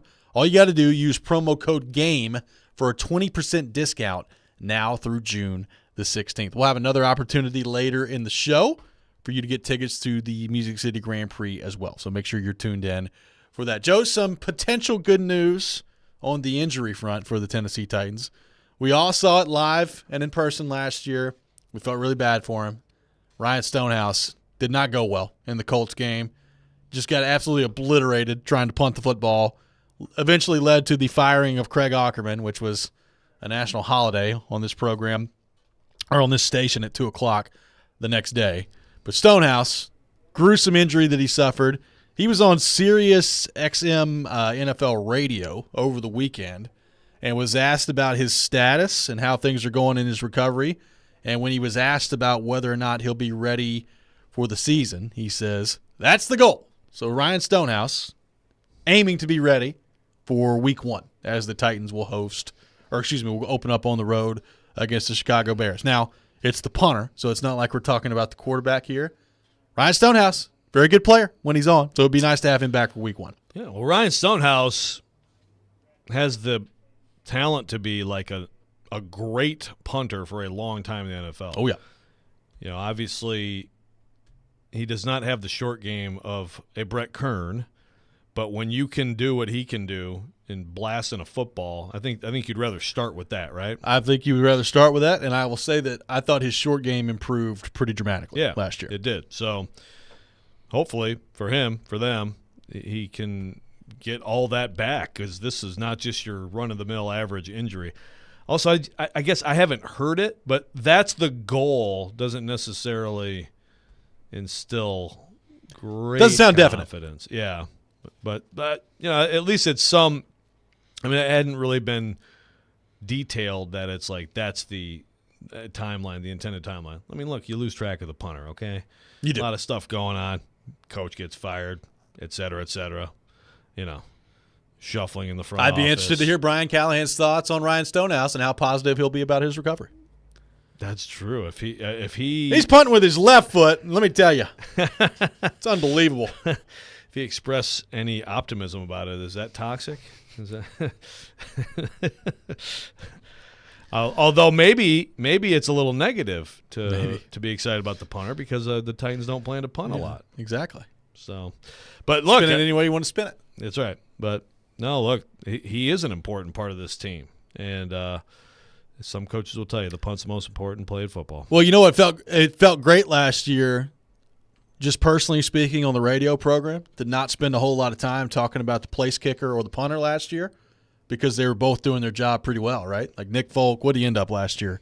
29 of 30 overall, 28 of 30 with the extra points, and I know at least one of the extra points is when Tannehill had to come in there because Stonehouse got killed in that game. That's right. Yeah. So, that's right. like, Nick Folk was really, really good last year after what felt like a decade of going around in circles at the kicking position, which it really wasn't a decade, but it was about 4 years.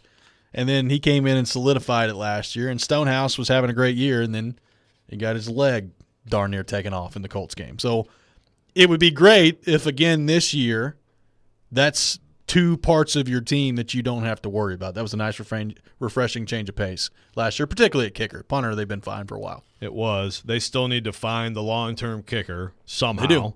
They do. They need to find that guy, but obviously Folk was excellent. You've just given me flashbacks to, like, film study and, like, Boston radio people assuring us that Folk was going to be awful. Yeah. Good God. I got to start writing all these takes down, man. Folk was great. He couldn't have asked for anything better. How much more? Mini leg. Mini leg. That was Bullock. But like Folk was like mini leg 2.0 or something like that. Yeah. Mini leg. Mini leg. So we'll see if Folk can do it again. I feel like you have to until you see. It's almost like DeAndre Hopkins, right? Yep. Like until you see the actual decline, go ahead and roll with that for the time being. So they should be in good shape there this year. I mean, Folk's going to be 40 in November. 40 right? years old. No kidding. Well, hey man, George Gary Blando was ripping cigarettes and like putting it through the uprights, with a straight-on kicking style, and he was like 48 years old. Gary Anderson was like 65 kicking for the Titans, wasn't he? Like he didn't practice all week, spent some time fishing, and then called him back in. Cryogenic chamber. Gary, we need you to kick. Put him on the field. We need you to kick out there. Brian on the text line says, "You're talking Titans.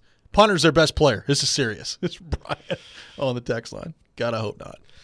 Well, as much as I appreciate a good Ryan Stonehouse punt, and I do, I appreciate a good Ryan Stonehouse punt.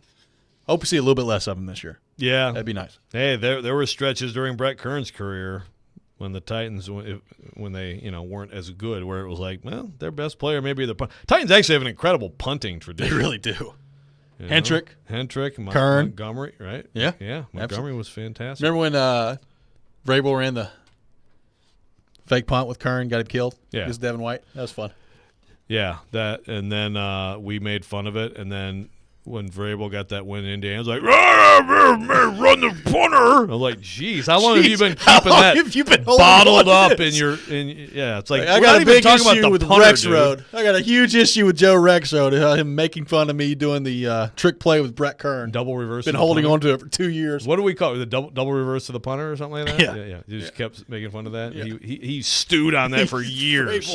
That's why he didn't come back on our show. It's like these two idiots talking about the punter all the time. I mean, Brett Kern, we joke about getting killed. I thought he died. He could have had organs permanently damaged on that play by Devin White. Like the organs got reshuffled inside. Who was his the punter skeleton. in the Pro Bowl that gets absolutely rocked by Sean Taylor? It wasn't that bad, but it was pretty bad with Brett Kern. I don't remember. Oh man, I don't watch Pro Bowl highlights. Well, that was back when they actually hit in the Pro Bowl, though. Yeah, that was back in the day. Yeah, but Stonehouse, man. I'm glad that we can talk about Ryan Stonehouse. Well, we haven't talked about Stonehouse all offseason. And I was scrolling through yesterday, and I saw it. I was like, hey, Stonehouse. Let's talk some Ryan Stonehouse. Why not? And seriously, punters, man. The punters get disrespected. We need more punter awareness. I agree. We do. So the punters sometimes are the most interesting, guys on the team. They're some of the best talkers. I mean, yeah. We don't give punters the love they deserve. And Stonehouse, I do, like, in all seriousness, that is the kind of injury, especially, like your legs are your most important thing when you're a punter. I know this is really, really smart football talk by me, like physiological conversation, but you do hope that, like, he isn't affected at all by this long term, right? Yeah, for sure. Like, I mean, it was a pretty gruesome injury. I mean, there's no doubt about that. I'm with you. Like, on the kicker part of it, you got to find the long-term guy at some point. Now, it feels like we've been talking about that ever since we've had a radio program at this point. So, yeah, I don't know when that's coming for the Titans. I mean, it was a – because that was the year, right? The 19 year was the year that they gave up on Suckup prematurely, right? Yep. So, and they went through the Gostkowski part of it and Randy Bullock. And some guys who went on to other places. 5 other guys. Actually ended up being Santos. Good. Yeah. So, I don't know if you don't necessarily need to draft one, but you need to keep prioritizing it and bringing people in and hoping that at some point it pops for you. Exactly. And,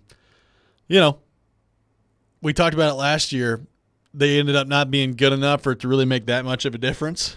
But, you're hoping with some improved quarterback play, some improved offensive possessions this year where you're holding on the ball a little bit more, driving down the field a little bit more. Good field goal kicker would be the difference in a couple wins this year. So, I mean, it's really important. Well, I think he was a difference even, like, I guess you could say, well, yeah, they could have had a better pick. But they could have. Yeah. I mean, he made a difference last year. Nick, we need you to go 24 of 30, not 29 of 30. Yeah. Just didn't matter because they weren't actually a good enough team to be in the playoffs. But, Yeah, I did not realize that he was I did not realize that he was that close to 40. I guess I thought he was a young, like 38 or so. He will be 40. Nick Folk will be 40 on November the 5th. What's like when do kickers traditionally fall off the table? Probably before 40. Yeah, but there are That quite would be a my few. guess. I mean, Robbie Gould was really good. Still at 40. I mean, there are guys who can do it. Just like now, at quarterback, you kind of expect guys certainly to get to their late 30s and still be at the top of their game. 615-737-1025 is our phone number, 615-737-1025. We'll take more of your thoughts on the Titans. We'll have the Rex Rant with Joe Rexrode coming up next as well. Also, Corey Curtis at 8 o'clock from News 2 for his weekly visit. All that ahead. Come play golf with 1025 The Game and do some good at the same time. You're invited to the 615 Open coming up on June the 20th at Hermitage Golf Course. Come golf with celebrities on a beautiful course with all proceeds going to Souls for Souls, who helps local kids in need. This is going to be a lot of fun, and we can't wait to see you out there. Get more info now at 615open.com. Once again, that's 615open.com. The Rex Rant with Joe Rexrode coming up next. You're listening to Robby and Rexrode, 1025, 1063 The Game.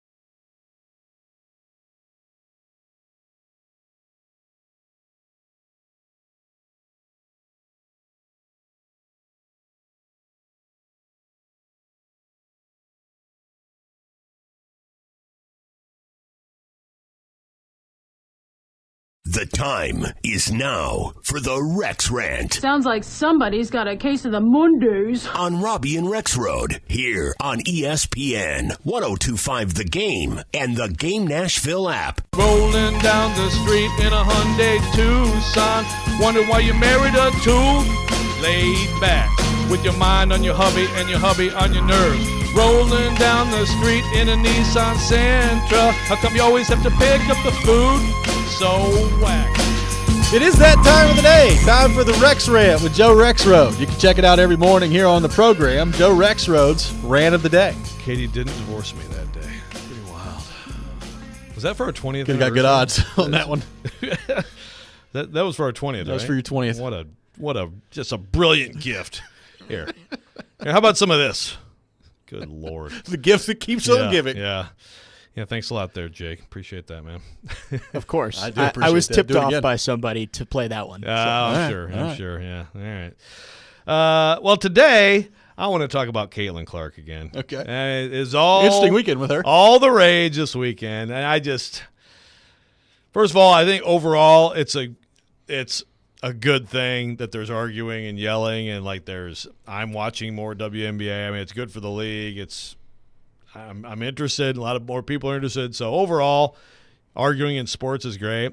But the one that I can't do it anymore, and actually one of the first people I heard say this was Charles Barkley. And again, I love Charles, but sometimes his takes are terrible. And this was a terrible take. This, whatever. He's like, stop hating on Caitlin Clark, you women. Don't be petty like men. And, you should be grateful. You should be grateful, okay? I believe he used that term, and I've seen that a lot. And it came up a lot this week because Kennedy Carter took a cheap shot at Caitlin Clark. She took a cheap shot at her. She called her a nasty word, knocked her to the ground. Angel Reese loved it and hugged her, and I was like, here we go. This is rivalry. This is pro sports. These are pro athletes who don't like each other, who want to beat each other, and sometimes cross the line. I guess it got upgraded to a flagrant one. But, the reaction to that I saw from so many people, which is these players in this league need to be grateful to Caitlin Clark. They got chartered flights. Okay. What? So they're not supposed to beat the crap out of her? They're not supposed to try to beat her? What does that mean? Yeah. I mean, first of all, if you're a player in that league, yeah, great. I mean, more eyeballs, and it's a big thing to bring in a star like this who has brought so much to the college women's game. Okay, so you can appreciate that. But you've got to be sick of hearing about her. You've got to want to beat her. And by the way, she is having some rookie struggles. She was 1 for 10 for 3 points yesterday. I've watched enough of her in the Fever. I mean, she's having to fight to get logo threes off. Yep.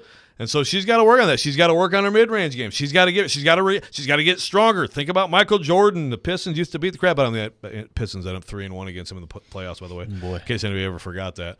But he finally bulked up, and he was It's able either to going to be Brady or Jordan every day that are catching strays from Rexrode. One of the two. So let's go back to the NBA. I tweeted this, but let's go back to the NBA. You have to be of a certain age. But in the late 70s, it was not going well. Now, David Stern took over as commissioner, and he did some good things. But basically, Magic Johnson and Larry Bird came into the league. The NBA Finals, that Magic won the MVP. So he had to take over at center for Kareem Abdul-Jabbar, who got hurt, and he had this, 42, 16, and 10 game to beat the Sixers. That game was not shown live on television. Yeah. It was on tape delay, okay? Magic and Larry, way before, by the way, here's another Jordan stray for you. Jordan took it to a new level globally and all that stuff. He became the biggest star. By the time Jordan joined the league, Magic and Larry had just played in the 84 NBA Finals. They had completely flipped the league around. Isaiah as well. Not Jordan. He came later. But those guys came in, completely transformed the league. Completely. Did anyone ever say, we're so grateful, Larry and Magic, oh, thank you? No, they beat the crap out of them. They're pro athletes in a pro league. I mean, shut the hell up. Yeah, Caitlin Clark has done a lot for the league, and that's great. And in the offseason, when they have, get-togethers, they can all say, hey, that's great. Thanks a lot, Caitlin. Right now, you're trying to beat her every single night. It's sports. Why is this hard to understand? Yeah, that's all I got. It was a little weird. Now, look, the foul was a little much. Sure. But, her teammates should have been in her face. Where were they? That was the first reaction I had. Was like, guys, where are the teammates at? You just gonna let her get hit like that and just not do anything? Just totally abandon her? Like I was yell at them. That was the first reaction that I had to that. And look, we talked about this either last week or the week before. Like, I've watched her play. I've watched the WNBA more than I ever have in my life in the last few weeks here. So there's no doubt that she is a direct causation for more eyeballs on the product. Like, there's no doubt about that. But I'm with you. Like, I heard that a lot over the weekend too. Like, there should be respect. You ought to be appreciative of what she does. It's like, okay, so what does that mean? Like, let's play that out. Like, you just let her drive by you for a layup? Like, what exactly does that mean? Yeah, like someone texts. Like, you don't need to foul the crap out of her every time. I would agree with that, but sure. Yeah, like someone texts, Clark's the biggest asset in the league, and any business protects their assets. Okay. Well, I mean, I got into this argument on Twitter with Chris Yao, and I normally agree with him on stuff, but he's just like this is. I guess he's like, well, what if Bird? He was like, if Bird would have gotten hurt back then, how bad would it have been? What if she can't play anymore? I'm like, okay, like this was a dirty foul. It was a cheap shot. She's not getting hit by a 2x4 over the head. I mean, come on. It's not that bad. It's not that deep, okay, as the kids say on this very popular program with young people. Very popular program with young people. Also, like, this happens in sports, right? Like, Connor McDavid was pretty good draw as a rookie. He got the crap knocked out of him and broke his collarbone his rookie year. Connor Bedard broke his jaw this year. Like, it's every stuff league happens, man. Yeah, in every league there is. And look, Diana Taurasi, by the way, I mean, she looks pretty prophetic at this point. Like, in the hot shot rookie rarely just comes in and boom, you're just dominating the league. Like, when does that happen? When are there not some growing pains? And when are there not people around the league when there's a very hyped athlete coming in who don't want to take shots at that person, right? I think it's just a normal thing. Again, I think it's a good thing. And for every time I talk about the WNBA, there's going to be text, hey, no one watches it. Okay, well, I've watched it more.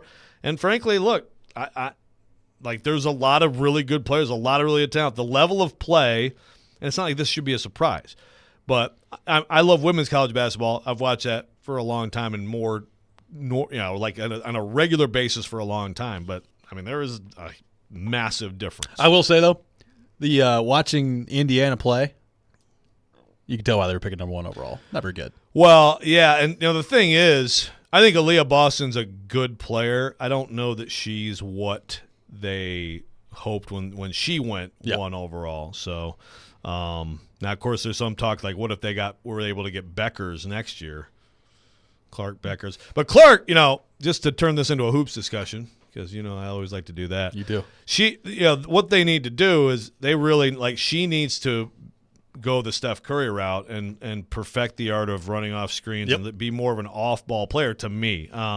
Because that's her biggest weapon. She's an amazing passer. Like, she's still a fan. Like, Kennedy Carter went on Blue Sky. I was like, what does she bring to the table? Like, yeah, she is a fantastic passer. Her vision, it's already playing out. I guess she's the fastest ever in the league to 150, 50, and 50 points, rebounds, assists.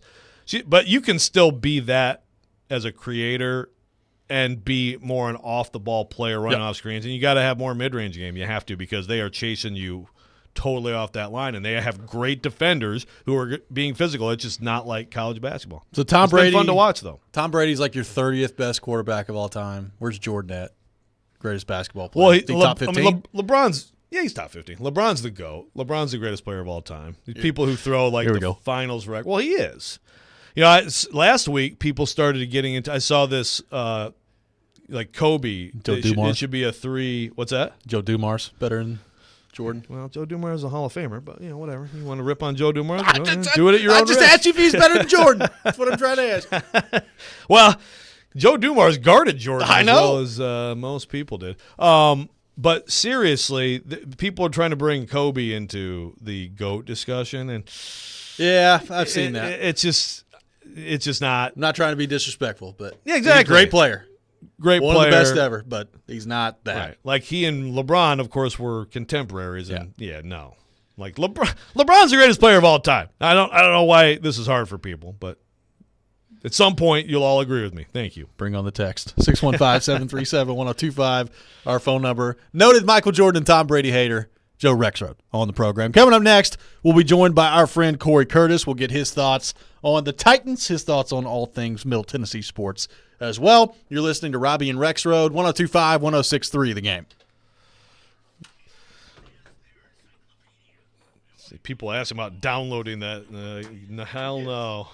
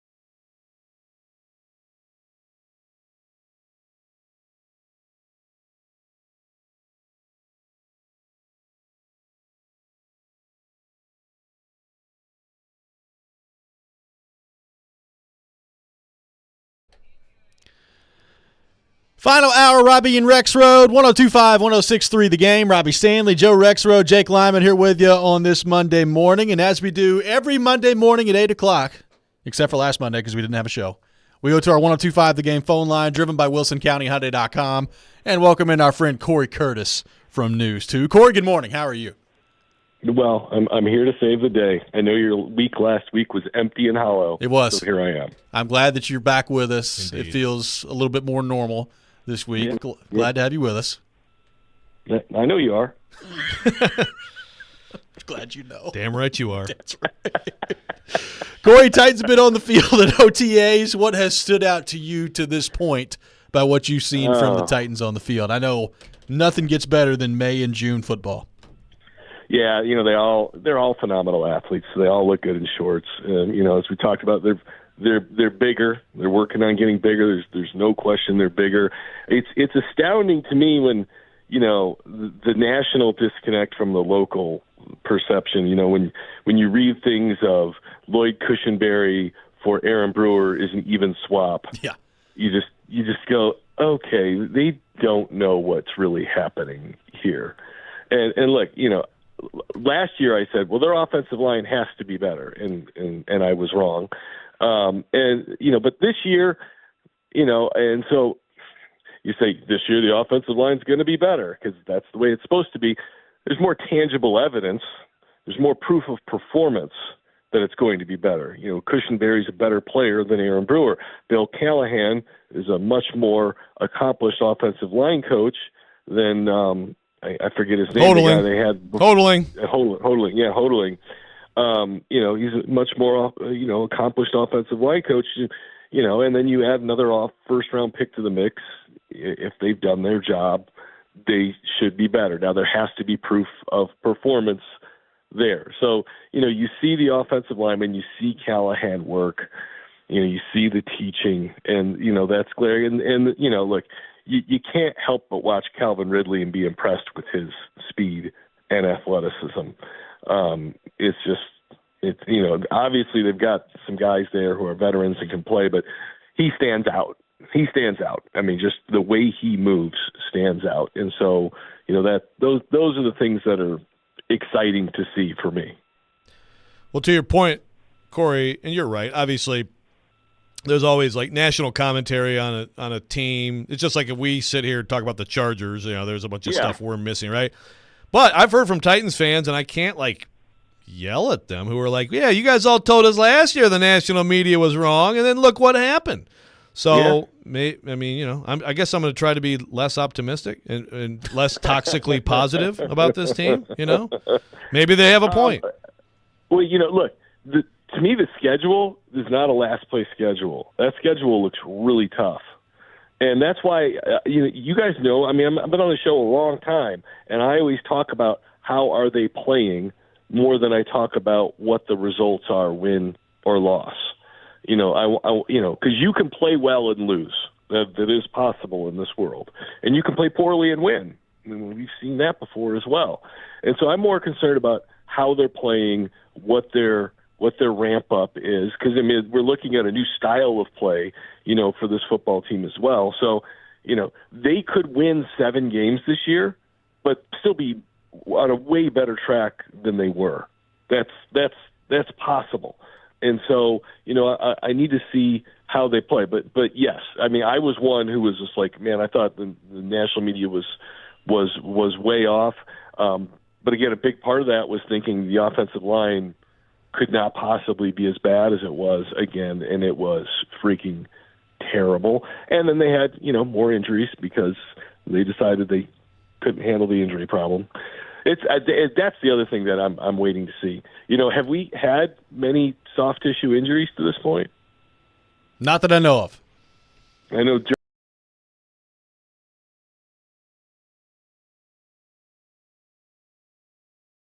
I don't know what they have, so. Yeah, they're not saying anything, but I don't think that there's anything. We haven't seen guys come off the field, right? We're not allowed to talk about it, but.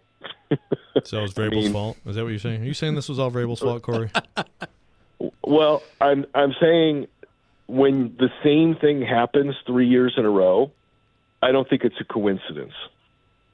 So whether it's Vrabel's fault or the training staff's fault or whoever's fault, I don't know whose fault it is. When it happens 3 years in a row, it's not coincidence. There's just no way. There's no way. I mean, I've had former head coaches in the NFL tell me that should have been straightened out after the first year, and it wasn't.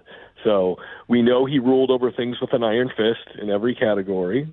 So, it falls on – it's the old Captain Kirk thing, being responsible for the conduct of crew. It falls on the head coach when you're the one who's running things. So, look, I don't want to get – because I heard you talking about this last week, Joe, and you're absolutely right. Mike Vrabel's a smart guy and a good football coach. And, these coaches that were here were good coaches and knew what they were doing. Were there mistakes made? Yes. Did they come up short in some areas? Obviously. Did they correct any mistakes, Corey? Did you know whether or not that may have happened? I am quite certain they worked to correct some mistakes. I'm quite certain they didn't just brush everything under the rug and say, we'll move on. Now, it might be a little bit – it might look different now, for sure. And, new is exciting, but these guys haven't won a game. Do we think they're going to win some games? Yeah, we do, but they got to prove it first. So, Corey, DeAndre Hopkins last year, 75 catches, over 1,000 yards, 7 touchdowns. Obviously, they've bolstered the receiving group around him heading into this year. What do you think that will mean for Hopkins? Will that mean less production? Will that mean more production because you can't just totally focus all your attention on Hopkins if you're a defense? How do you view the Hopkins part of this and what you expect to see from him this year? Well, it's interesting because I think, Ridley's the scarier of the two, right?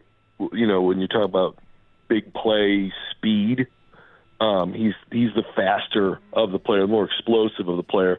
But, I mean, DeAndre's shown the ability to still get open deep and high point the ball and catch it.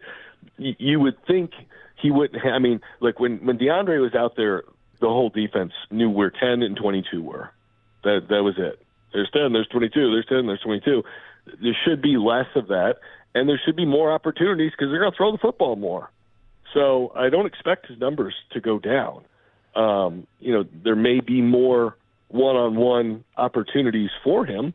If Ridley can deliver the way they hope he delivers, he can take some of that pressure off of him.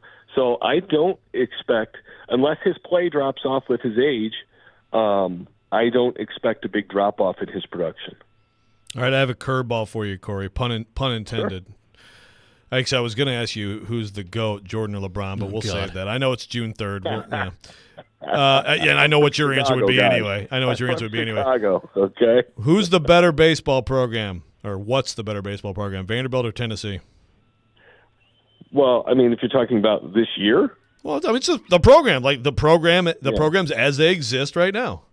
Well, I would say you would have to say the trajectories they're on right now. Tennessee is the better program. They've got more quality players right now. I mean, when you've hit 159 home runs, you've got more quality players in your lineup. Haven't won a College World Series yet, right? Not yet. No, that's true. We got to get there. Yep. We got to get there, and then they got to deliver. But one of the problems Tim has had is, the Major League Draft has taken away some big-time players, from them. But he's got to find a way to replenish it and have the type of players, that he had before when he had, Sonny and David and Pedro and, all these guys. I mean, shoot, they've got, 12 guys in the major leagues? I mean, he's got a real challenger in the east part of the state that has got players, and he's got to find a way, to get back, up on that level. But I'm not prepared to count Tim Corbin out just yet. I mean, they didn't go 24-32 this year. I mean, I think they were 18 games over 500 in what we would all call a down year. So we'll see where they're at next year. But look, Tony Vitello and company are really good. I mean, you're asking who's the best program in the state. That might be the best program in the country right now. They're number one in the country. All right. So we'll see where they're all at next year. But clearly they've got some ground to make up in the talent department. It's just that simple. Corey, the Cup final is set. Edmonton taking on Florida. What do you make of that matchup and what we've seen in the Stanley Cup playoffs to this point? Well, a few things. Number one, it is a travel nightmare. It is. I mean, I don't care. I mean, look, I've been on chartered flights, and they're great, believe me. But once you get 4 hours on an airplane, it's just too much. It doesn't really matter what flight you're on. Yeah, just get me off of here. So that's crazy. I love. I mean, the amount of pressure on Edmonton is astounding with the failures of an entire country to win a Stanley Cup. I will absolutely be rooting against Edmonton just so Canada can't win it again. And I don't hate Canada. I just love the story that Canada can't win the Cup. It's just amazing. It's been since '93. You know what, I will be rooting for Matthias Ekholm, though. I mean, really good guy, really good Nashville Predator for a long time. Like to see him win it. And then I just keep going back to when Tkachuk was a free agent and just saying what could have been. We talked about that today. Yeah, yep, absolutely. That's Players matter, right? Yes, they do. By the way, though, matter. if you're rooting for Ekholm, that also means you're rooting for Corey Perry. Oh God! Well, forget it. Sorry, It's Matthias. a tough one. Matthias, Very conflicting. sorry, buddy. Very conflicting. No, Corey? I'm not conflicted at all. Sorry, Matthias. You lose out on that one. Oh, man. Corey, it's great to have you back on the program this week. Thanks for being with us. I mean, it really you brightened is. our day. You guys are so freaking lucky. Holy cow. We're putting that in the Hall of Fame. Yeah, put that whole segment in the Hall of Fame, baby. That's right. Thank you, Corey. We'll talk to you next week. Have a great week. Corey Curtis from News 2, our guest on Robby and Rexrode. We'll react to what Corey had to say. Take your thoughts on Vanderbilt. Vanderbilt baseball did not go well this weekend in the regional. They are done. What do we make of this season for Tim Corbin and the Vanderbilt baseball program? Where do they go from here? All that coming up. Robby and Rexrode, 102.5, 106.3 The Game.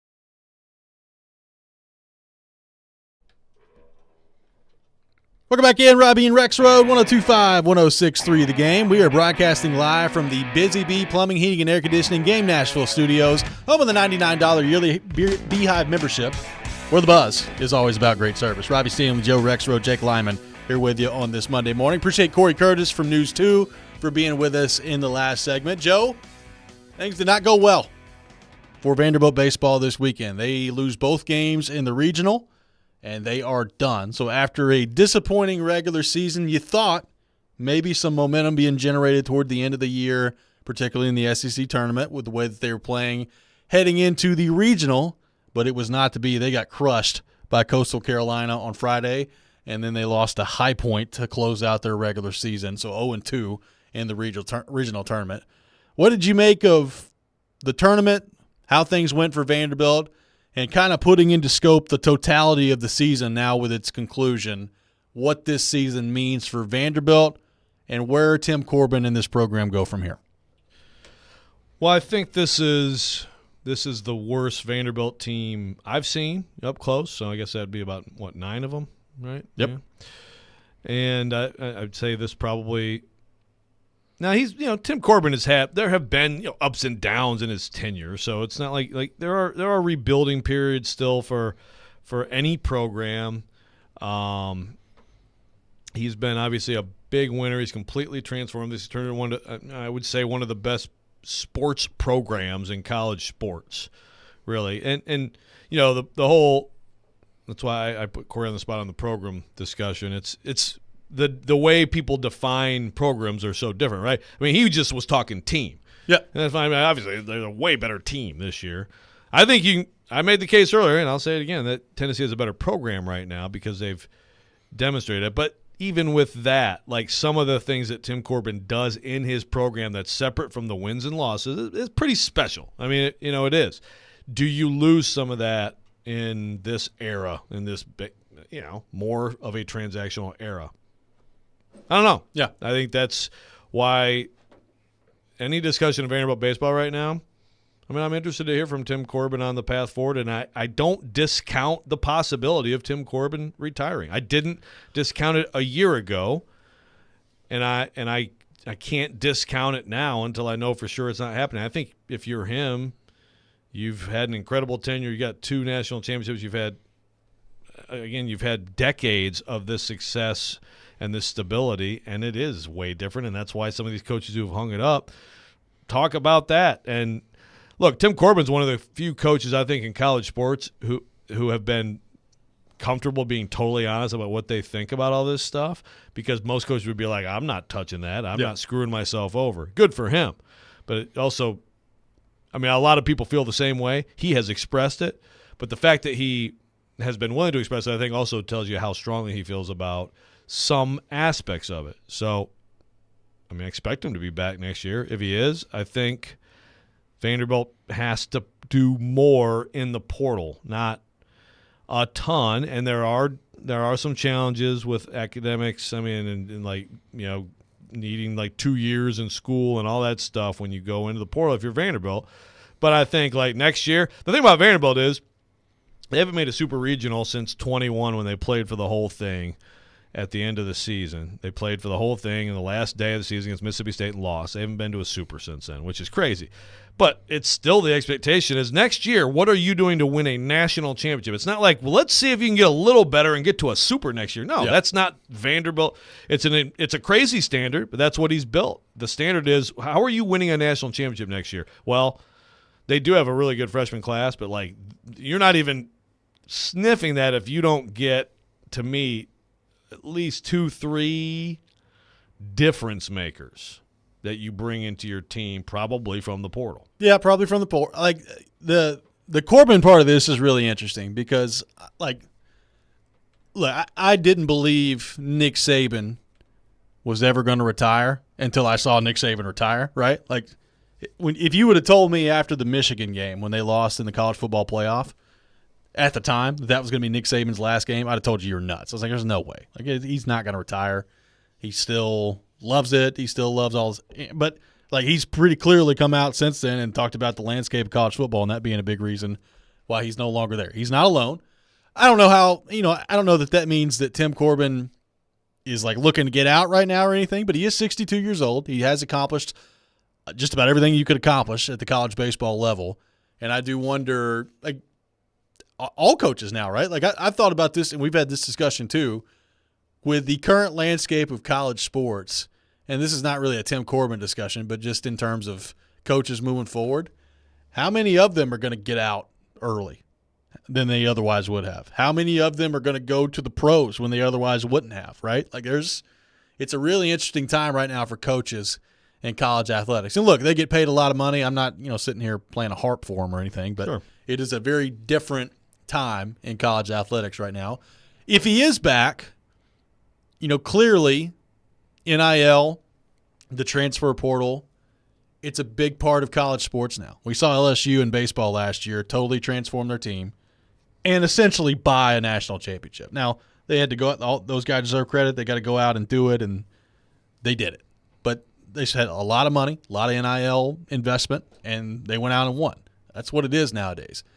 We've had a couple of text messages today talking about how Vanderbilt's not going to have a chance to win because they won't do that. And we've talked about this. Like they've leaned into NIL. They've leaned into raising money that way. They just got a anonymous $20 million donation last week from someone. Drop a quick 20. $20 million. Quick 20, here you go. It's not like their NIL path here is non-existent, but beyond even that stuff, beyond the portal, beyond the NIL stuff, it is an interesting place that this program is in right now because you do have Tennessee out east. And I don't know how much of a direct correlation Tony Vitello's success at Tennessee is to Vanderbilt here. Like, it's not like they both can't be good at the same time. But it is something to deal with out there that you've not really had to deal with previously. And I wonder, not just now, but mapping it out forward, what sort of an impact that has on Vanderbilt. Yeah. I mean, it has to have some Vanderbilt. Well, really, they both recruit all over the country. Yep. Vanderbilt has had a lot of success in the Northeast, but they've also had a lot of success in California. So, I mean, like they've also had a lot of success here. That's right, and that's the thing. It's like it used to be okay, and if there's someone good enough here, all right. Well, of course they're going to go to Vanderbilt. Right. Like of course they want Vanderbilt, and now not necessarily the case. Now, look, even when Corbin had a great program, Mookie Betts was going to go to Tennessee. Yep. So it's Tennessee. Wasn't it's not like universal. Tennessee's been a non-factor, but now they are a major factor. So yeah, there's got to be some. I mean, when Tennessee was here a couple weeks ago, sitting there with all those homers. No, I'm just kidding. All my buddies beat Reservoirs, and we were going through. Like I was like, so how many people? Put your pom poms down for a second and talk to me. Wes, stop singing Rocky Top, Wes. In the press box. I love to give Wes crap, but he's trying to sing the Rocky Top loud enough to not hear the whistler. But we were going through like so how many guys on this Tennessee roster right now did Tim Corbin absolutely want? Like, right. I got to have that guy. And it's like, it's not like, I don't know the level like AJ Russell you would think would be an obvious possibility, but there's not a ton, but certainly moving forward, there are going to be great players. Look, in the state of Tennessee, just the Nashville metro area and the growth, there are going to be great players in years to come who before Tennessee emerged like this, it's like, well, if you're going to, you have the best program in the state and one of the best in the country right there in your backyard, and there's really nobody else you think about. Right. And now that's not the case. So, yes, it's a factor. But I also think that the Tennessee rise is more of a factor, I think, just in terms of like fan discontent, right? Because not only do they have to see their team go 0-2 and lose a 5-0 lead to High Point in the 6th inning, they are watching Tennessee cruise to Omaha, which is what Tennessee's about to do. You're putting a lot. Well, that's fine. You're putting it out a lot. Okay, well, when I'm right, I want people to remind me. You always this always gets brought up when you're wrong. So I'm going to make sure next week to get my flowers. You're acting like they shouldn't even play this weekend. Just go ahead and put them in there. Fine. It's a Go bye. ahead. Get some swings in. Keep the arms. Get limbered up. The arms going. For Omaha. Yeah. It's a long flight to Omaha. It's not Florida Edmonton, but it's, get out there, get loose on the field, win a couple games. You're fine. Now, like, the fan base, too, like we've got a text right now that says Mike Baxter has to go. Like, if Corbin is back. A lot of people have that sentiment. A lot of people want to get rid of the hitting coach. Like, obviously, and I think he knows this, something has got to change because it's been underwhelming the last couple of years, right? Like, Last year's a different story because they were really good in the regular season, and then it just kind of flamed out in the regional. This year, it was below expectation in the regular season. Got a little bit glimpse of hope towards the end at the SEC tournament, and then it was a disaster over the weekend. So, in totality, last couple years, you watched Tennessee go to Omaha last year. You were out in the regional. It's been a disappointing year this year. A lot of frustrated Vanderbilt fans that I saw over the weekend. And some of that, most of that is, they're kind of prisoner of the standard that you've created for yourself. Sure. But I think the Tennessee part of it is a big factor too. Yeah, the best thing that's happened to Vanderbilt fans, I guess in particular baseball fans, but Vanderbilt fans, since they got to the College World Series was Tennessee flaming out 2 years ago. Yeah. That's so it's a crazy standard that's been set, but 3 years of not getting to a super that's a big deal. That's something where you have to look at it. And some of what Tim Corbin said after the loss to High Point, it's not good enough. I'm paraphrasing, but it's not good enough. We have to, certainly introspective and acknowledging that he has to look at every part of the program. Is Mike Baxter, I understand, when a team doesn't have the kind of offensive talent that Vanderbilt doesn't have, I get it. The hitting coach is an easy scapegoat. I've called for many Detroit Tigers hitting coaches to be fired when they had bad lineups, and it wasn't really their fault. But maybe there is something to that. Maybe there needs to be a change there. There needs to be some kind of new voice in the program. That does happen sometimes with successful programs who have coaches and the same staff for a long time. Things can just get a little stale. We'll take more of your thoughts on Vanderbilt 615-737-1025 plus a record-breaking contract in the National Football League that has just been signed. We'll get into that coming up next as well. Robby and Rexrode, 102.5, 106.3 The Game.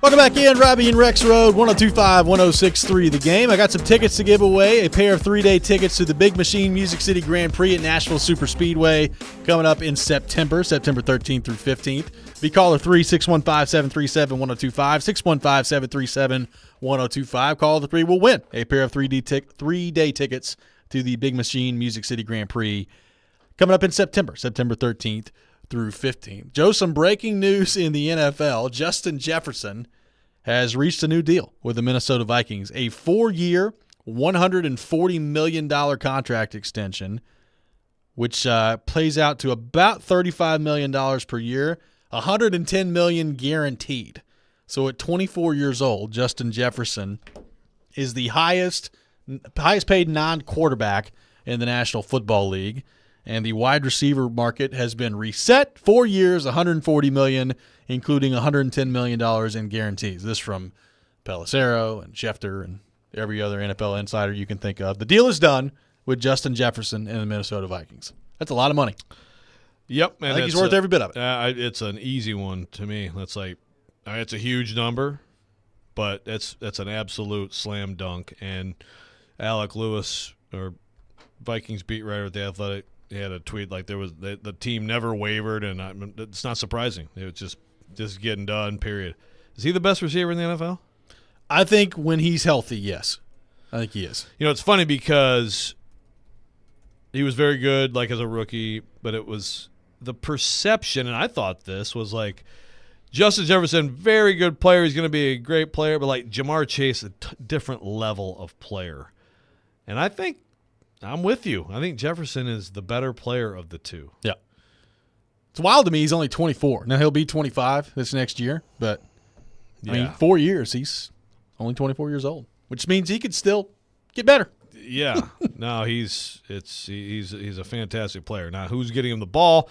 He may not like life so much on the field this year without Captain Kirk, zipping those accurate passes to him. He's got what? He's got the choice of what? Darnold or McCarthy or the rookie. Probably going to see both of them this year if I had to guess. Probably. So that part of it is TBD, and that's definitely the worst team in that division. I don't think is a playoff team, but if you're the Vikings, there's one of your foundational pieces. It's an absolute gimme. I'm interested now, like for Jamar Chase. What does this mean? Like, is he coming in same money as Jefferson? A little bit under? A little bit over? Like, what is it? What does that next deal look like for Chase now? Because, one of these guys was going to get it first. Like, A.J. Brown got an extension this offseason. I think his APY is at like 32 or somewhere in that neighborhood. Now Jefferson's at 35, including, the guaranteed money is really what matters here. $110 million guaranteed is a lot of money. Yeah, so what does this mean for Jamar Chase now for his new contract? To me, like if you're him and his agent, you're going above this. That's what I'm shooting for. So some people may agree with us, but it's close. It's close. And whoever gets the latest deal, right? I mean, if it's arguable, it's close, you're going to go ahead of this. So, yes, I think I don't know it'll be that much more, but I would bet that it would end up more and that would be important to Chase and his agent. It would. Now, if I'm the Bengals, I'm sitting here and I'm just looking at purely the numbers. I mean, Justin Jefferson has had a 1,600-yard season and an 1,800-yard season, and Jamar Chase has not done that. Like, I'm saying, you haven't done that. Why would you get paid that much money? But it's either way, it's going to be pretty close. Yeah, and obviously, if you're on the other side of the table, like, well, it's not our fault that Burrow keeps getting hurt. Yeah. Also, like, we have T. Higgins here. He has to have the ball some. You know, the Vikings have Justin Jefferson and whoever. Although, actually, I like Addison. But, and Thielen was a nice player, but that'd be your argument. You'll probably win. $35 million per year. And again, you go back to a couple years ago. Yeah, when a quarter. Well, $20 million for a wide receiver. Oh boy. Yeah, what was I don't remember the exact number. What was the exact? I mean, AJ was just trying to get up to like 22 or something, right? I think. Yeah. Right, 22, 24, right? Yeah, and here we go. It just right past Zooming that. right past it. And he's still in his prime too. And apparently people, speaking of AJ Brown, I know there was some he's an emotional guy. So I know there was one column, I think, for the Philadelphia Inquirer about how like he's the issue, but it doesn't seem to be the prevailing thought in the franchise because They keep giving him money. yeah. So I think, when a team loses and disappoints like the Eagles last year, A.J. Brown will be one of the most outspoken people upset about it. But take that all day long for what he brings on the field. I said this off the air, but this is just kind of another point with this new Jefferson deal. If you're a young football player out there, maybe try to play wide receiver, not running back. Money continuing to go up. Yes. Now, you know what? That brings up an interesting discussion I heard on the TD Power Hour on Stilley's show. Okay. And I hadn't really considered this, but it's worth talking about, which is, will receiver start to look more like running back, which is purely just a supply-demand situation? Receiver draft. Yeah. And, wow, look how many of these guys are ready to play right now. Did not used to be like that. College NFL used to be a huge transition. Are we going to see – now, I think there's a massive gap. Like right now, mama, don't let your baby grow up to be running backs. Yeah. And, yes, go receiver, go quarterback, whatever. But because that's happening, does the supply get to the point where you see fewer and fewer guys get deals like this? I don't know. It's a good question. The only counter I would have to that is, yes, receiver looks like a pretty loaded draft every year. I don't know how many guys are like Jefferson and Chase. Like, look at 2022. Drake London was the first receiver taken. He's been a good player. He's not been great. Garrett Wilson has been a really good player. He's not been great. Chris Olave, I think, is really good. But, like, none of those guys, and then there's Traylon Burks. None of those guys right now, to me, are on, like, a Justin Jefferson, Jamar Chase trajectory. 2023, I think – wasn't Jackson Smith and Jigma the first one to go off the board? It was like 21 overall. That was the rare, actually not incredible Right. receiver draft. I think that'll be the exception. I think so, the too. rule. But, yes, that's definitely not a great draft. Now, I say that, and then this year there's, the three guys that we talked about all draft season long with it have a chance to be great. And that's the thing. I think that, they are so key in this because if Marvin Harrison Jr. is a star – and at least one of Adunze neighbors is a star, then it's like, the top of the draft of receivers, you can do pretty well for yourself. And if it goes the other way, then it looks less like that. Obviously, running back has just become this, you just don't pay second deal. You're going to be able to find someone. Again, is the supply going to shift from running back to – there's just some guys who can – they're just running backs or they're nothing, right? Like Barry Sanders was a running back, He can't be something. Now, Derrick Henry maybe could have been an OLB.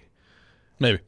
But a lot of guys, it's just they are what they are. But there are also guys who could choose between running back and receiver. So how does that affect it? All right, so Justin Jefferson with a big deal, 4 years, $140 million, $110 million guaranteed. We talked about the Jamar Chase part of that. I think his is a no-brainer in terms of if it's not more, it's going to at least be close to Justin Jefferson.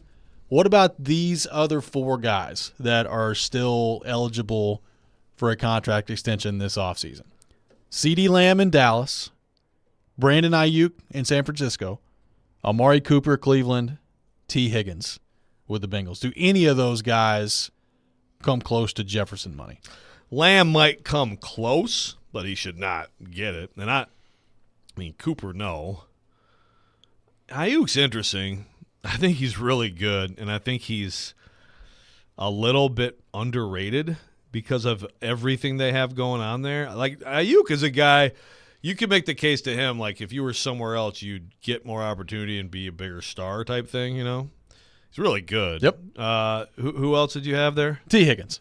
Yeah, and, He's not getting Jefferson money. Right. Nor should he. No, nor should he. So, but Lamb, Lamb, I don't think Lamb will be too far back. But, regardless, this is good news for guys like Higgins because now you're talking wide receivers getting paid $35 million a year. So he's not going to get that, but maybe this does mean he goes from 21 to 25. Right. Settle for 25 yeah, or whatever. Yeah, exactly.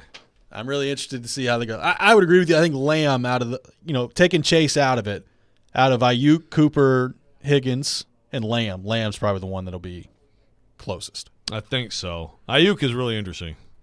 Obviously, they went through the whole thing. They did the right thing that the Titans didn't do. They hung in there with Deebo Samuel all through the BS and got him signed. But Ayuk is. I mean, if I'm CD Lamb, I'm saying I just caught 135 balls for 1,700 yards and 12 touchdowns last year. You're giving me Justin Jefferson money. Maybe Jerry will do it. I'm saying we'll see. Absolutely. You're making the case, no doubt. He's a great player. Yeah. 615-737-1025, our phone number. More of your thoughts on Justin Jefferson and his big new deal that he just signed, resetting the wide receiver market. More of your thoughts on that and the Tennessee Titans as well. 615-737-1025. This is Robby and Rexrode, 102.5-106.3 The Game.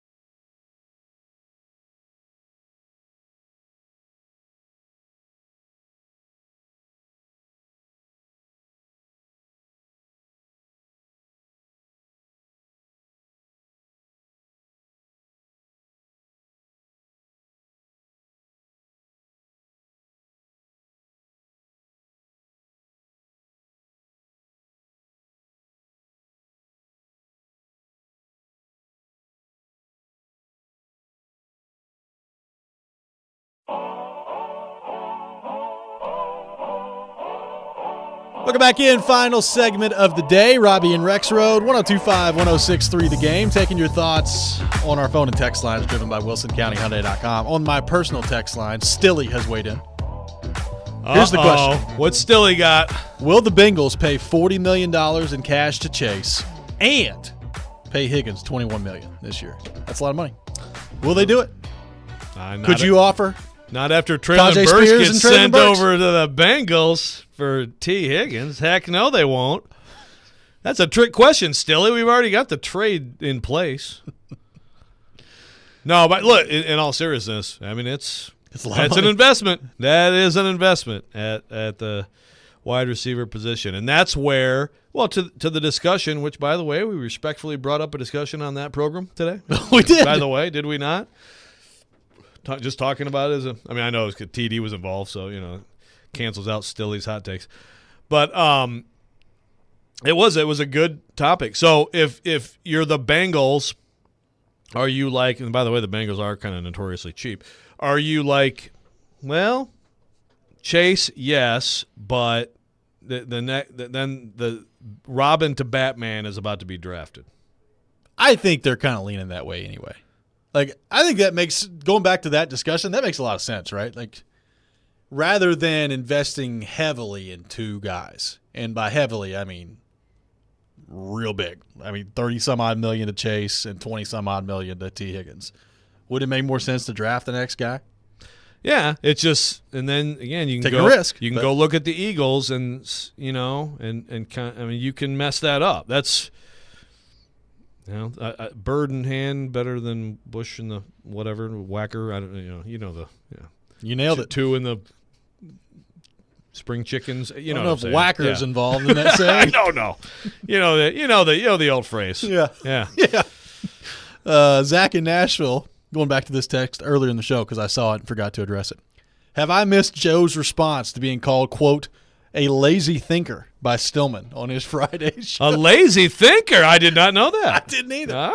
Do tell. I mean, what was it about? I mean, look, there are times when you think you're a lazy thinker? There are times when I'm a non-thinker. Stilly did have a problem. I'm an unthinker. I think Friday was the day he said, I got a big problem with the Robby and Rexrode program. And going back to the Tajay Spears, Traylon Burks trade. Okay. So that's what this is about? That's the lazy thinking? Yeah, and apparently his idea that Spears and Burks as trade chips, the idea that that's not enough for T. Higgins is ludicrous. Yeah, well, look, obviously his point there, if this is what we're talking about, let me try to limber up the brain a little bit. Don't want to be a lazy thinker.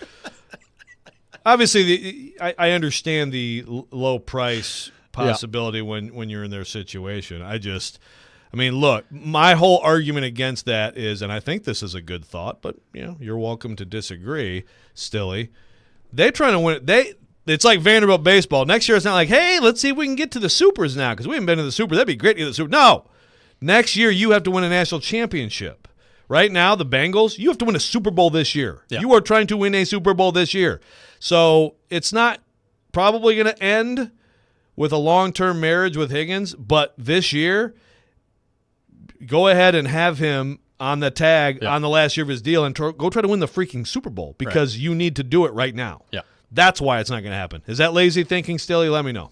Dylan on the text line says, no need to panic, guys. I got a hold of the script early this year, and Burks has 1,437 yards with 11 touchdowns. Ooh. NFL script is out.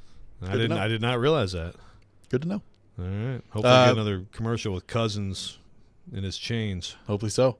Our buddy Mike Herndon has put this out there. Now with Justin Jefferson's new contract, Calvin Ridley is the 14th highest paid wide receiver in the NFL. There you go.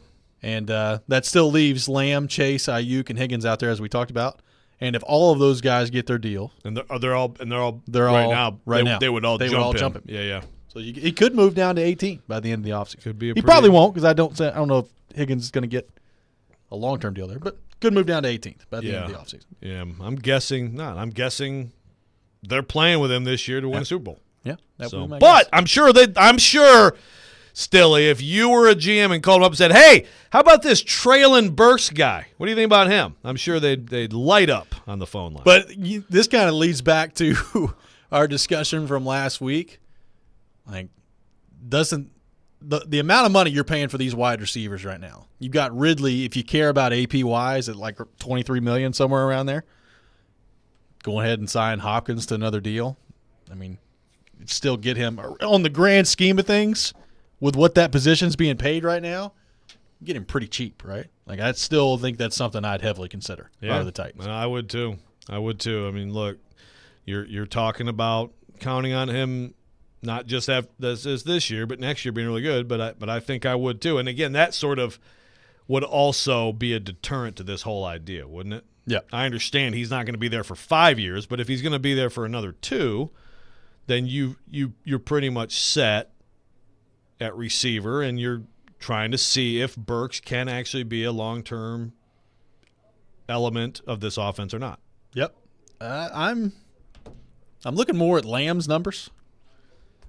He's got a case. He's freaking He's good, got a case, man. I mean, there's no he's doubt. got a case Yeah. to be right in that ballpark. I mean, last 2 years, 2022, 17 games, over 100 catches, 1,400 yards almost, 9 touchdowns. And then this past year, 17 games, so durable again, 135 receptions, 1,749 yards, 12 touchdowns. Yeah, like my analysis of why he wouldn't is just that when I watch Justin Jefferson play, I just think he's a lot better than him. I think Justin Jefferson is the best wide receiver in the league. Yeah. But CeeDee Lamb's very good. He is. And it's the same thing with them. Like you're trying to the latest one should be a little bit ahead of the last one. I'm interested to see how that plays out. You talk about another interesting situation with them. Not just the Lamb contract, but what are you doing with Dak at the end of the year? And then there's the McCarthy part of this too, which is kind of amazing. He still held on to his job after the way that playoff game went, but he did. And Well, that's another team that you need to win the Super Bowl right now. yeah, Better go do that. Yeah. Or a lot of changes are probably coming. yeah, I would assume so. Yeah, the wide receiver part of this, I'm really interested to see what this continues to look like. The cap continues to go up. You know, you got a guy making $35 million per year. That next wave of guys, is there anybody that kind of gets back into that discussion? Is there anybody that's been drafted? Like, if Rodgers stays healthy this year, does Garrett Wilson have a monster year? He's another guy. Like, Yeah. are there any of those younger guys in the last 2 or 3 drafts that put their name in these type of conversations? Yeah, and how many teams will pay too? Yeah. With numbers like this. But like look at the Titans. Look at the cap number. Cap. I know you're listening, Stilly. Cap. Look at the cap numbers for Simmons and Landry, for example, right? I mean, if you have 2 great players, what's more important right now? I mean, it's passing, catching, rushing the quarterback, and then defending the pass. Yep. Those are your 4 spots. Those are where you pay. Yep. And the Titans have shored up 2 of those this offseason. They have. And maybe the passing. And maybe the passing. We'll see. We'll see. If so, then we're going to be right, and they're going to at least get to the AFC title game. Then maybe they do trade for T. Higgins next year. Just come on in, man. Well, Add he'll to the be club. free. He'll be free to sign after this year. It's right? true. It's true. Bring him on in. I mean, I wouldn't be shocked if Brian Callahan had some interest. I was way more open to the idea of trading for him than you were, and then I got lumped in with you as apparently like lazy thinkers and not being able to the lazy fathom the thinking idea show. of bringing in T. Higgins. I was open to it. Is that confirmed? That was the lazy thinking. That's not Has been anybody? confirmed. So you heard that he was mad, but you didn't hear that was the lazy thinking Correct. part. I Okay. heard he was mad. Stilly, let me know. Text me, Stilly. Uh-oh, we got a disaster going on over there. Yeah, I keep looking up and saying, "Is the show over yet?" Because I don't know what else to say. Text me, Stilly. I want to know about my lazy thinking. Jeff on the text line. Just a few years ago, the Patriots were like, receivers don't matter. Just have a Tom Brady. That is That true. still can be. Look, I mean, Patrick Mahomes just won a Super Bowl. Now, granted, does have Travis Kelce at tight end, which is basically and Rice was one of these good guys this year. And Rice was good when he was, When he not was driving the car. Yeah. But not great wide receiver weapons. So the quarterback, getting that right is still by far the most important thing. But it's nice to have some playmakers that can catch ball. Yeah. If you have a Brady or Mahomes, then typical rules don't apply. Yeah. Brady also, the best teams he had, he was throwing to Randy Moss. They didn't win. They just couldn't win because he couldn't come up clutch against Eli Manning. Well, we finally got it in. The Jordan and Brady shot. I'm to sure end the Jordan show. was watching that game. I'm sure he was on the golf course. That does it for us today. Chasing Big Joe is coming up next. Hope everybody has a great rest of their day. You're listening to 102.5, 106.3 The Game.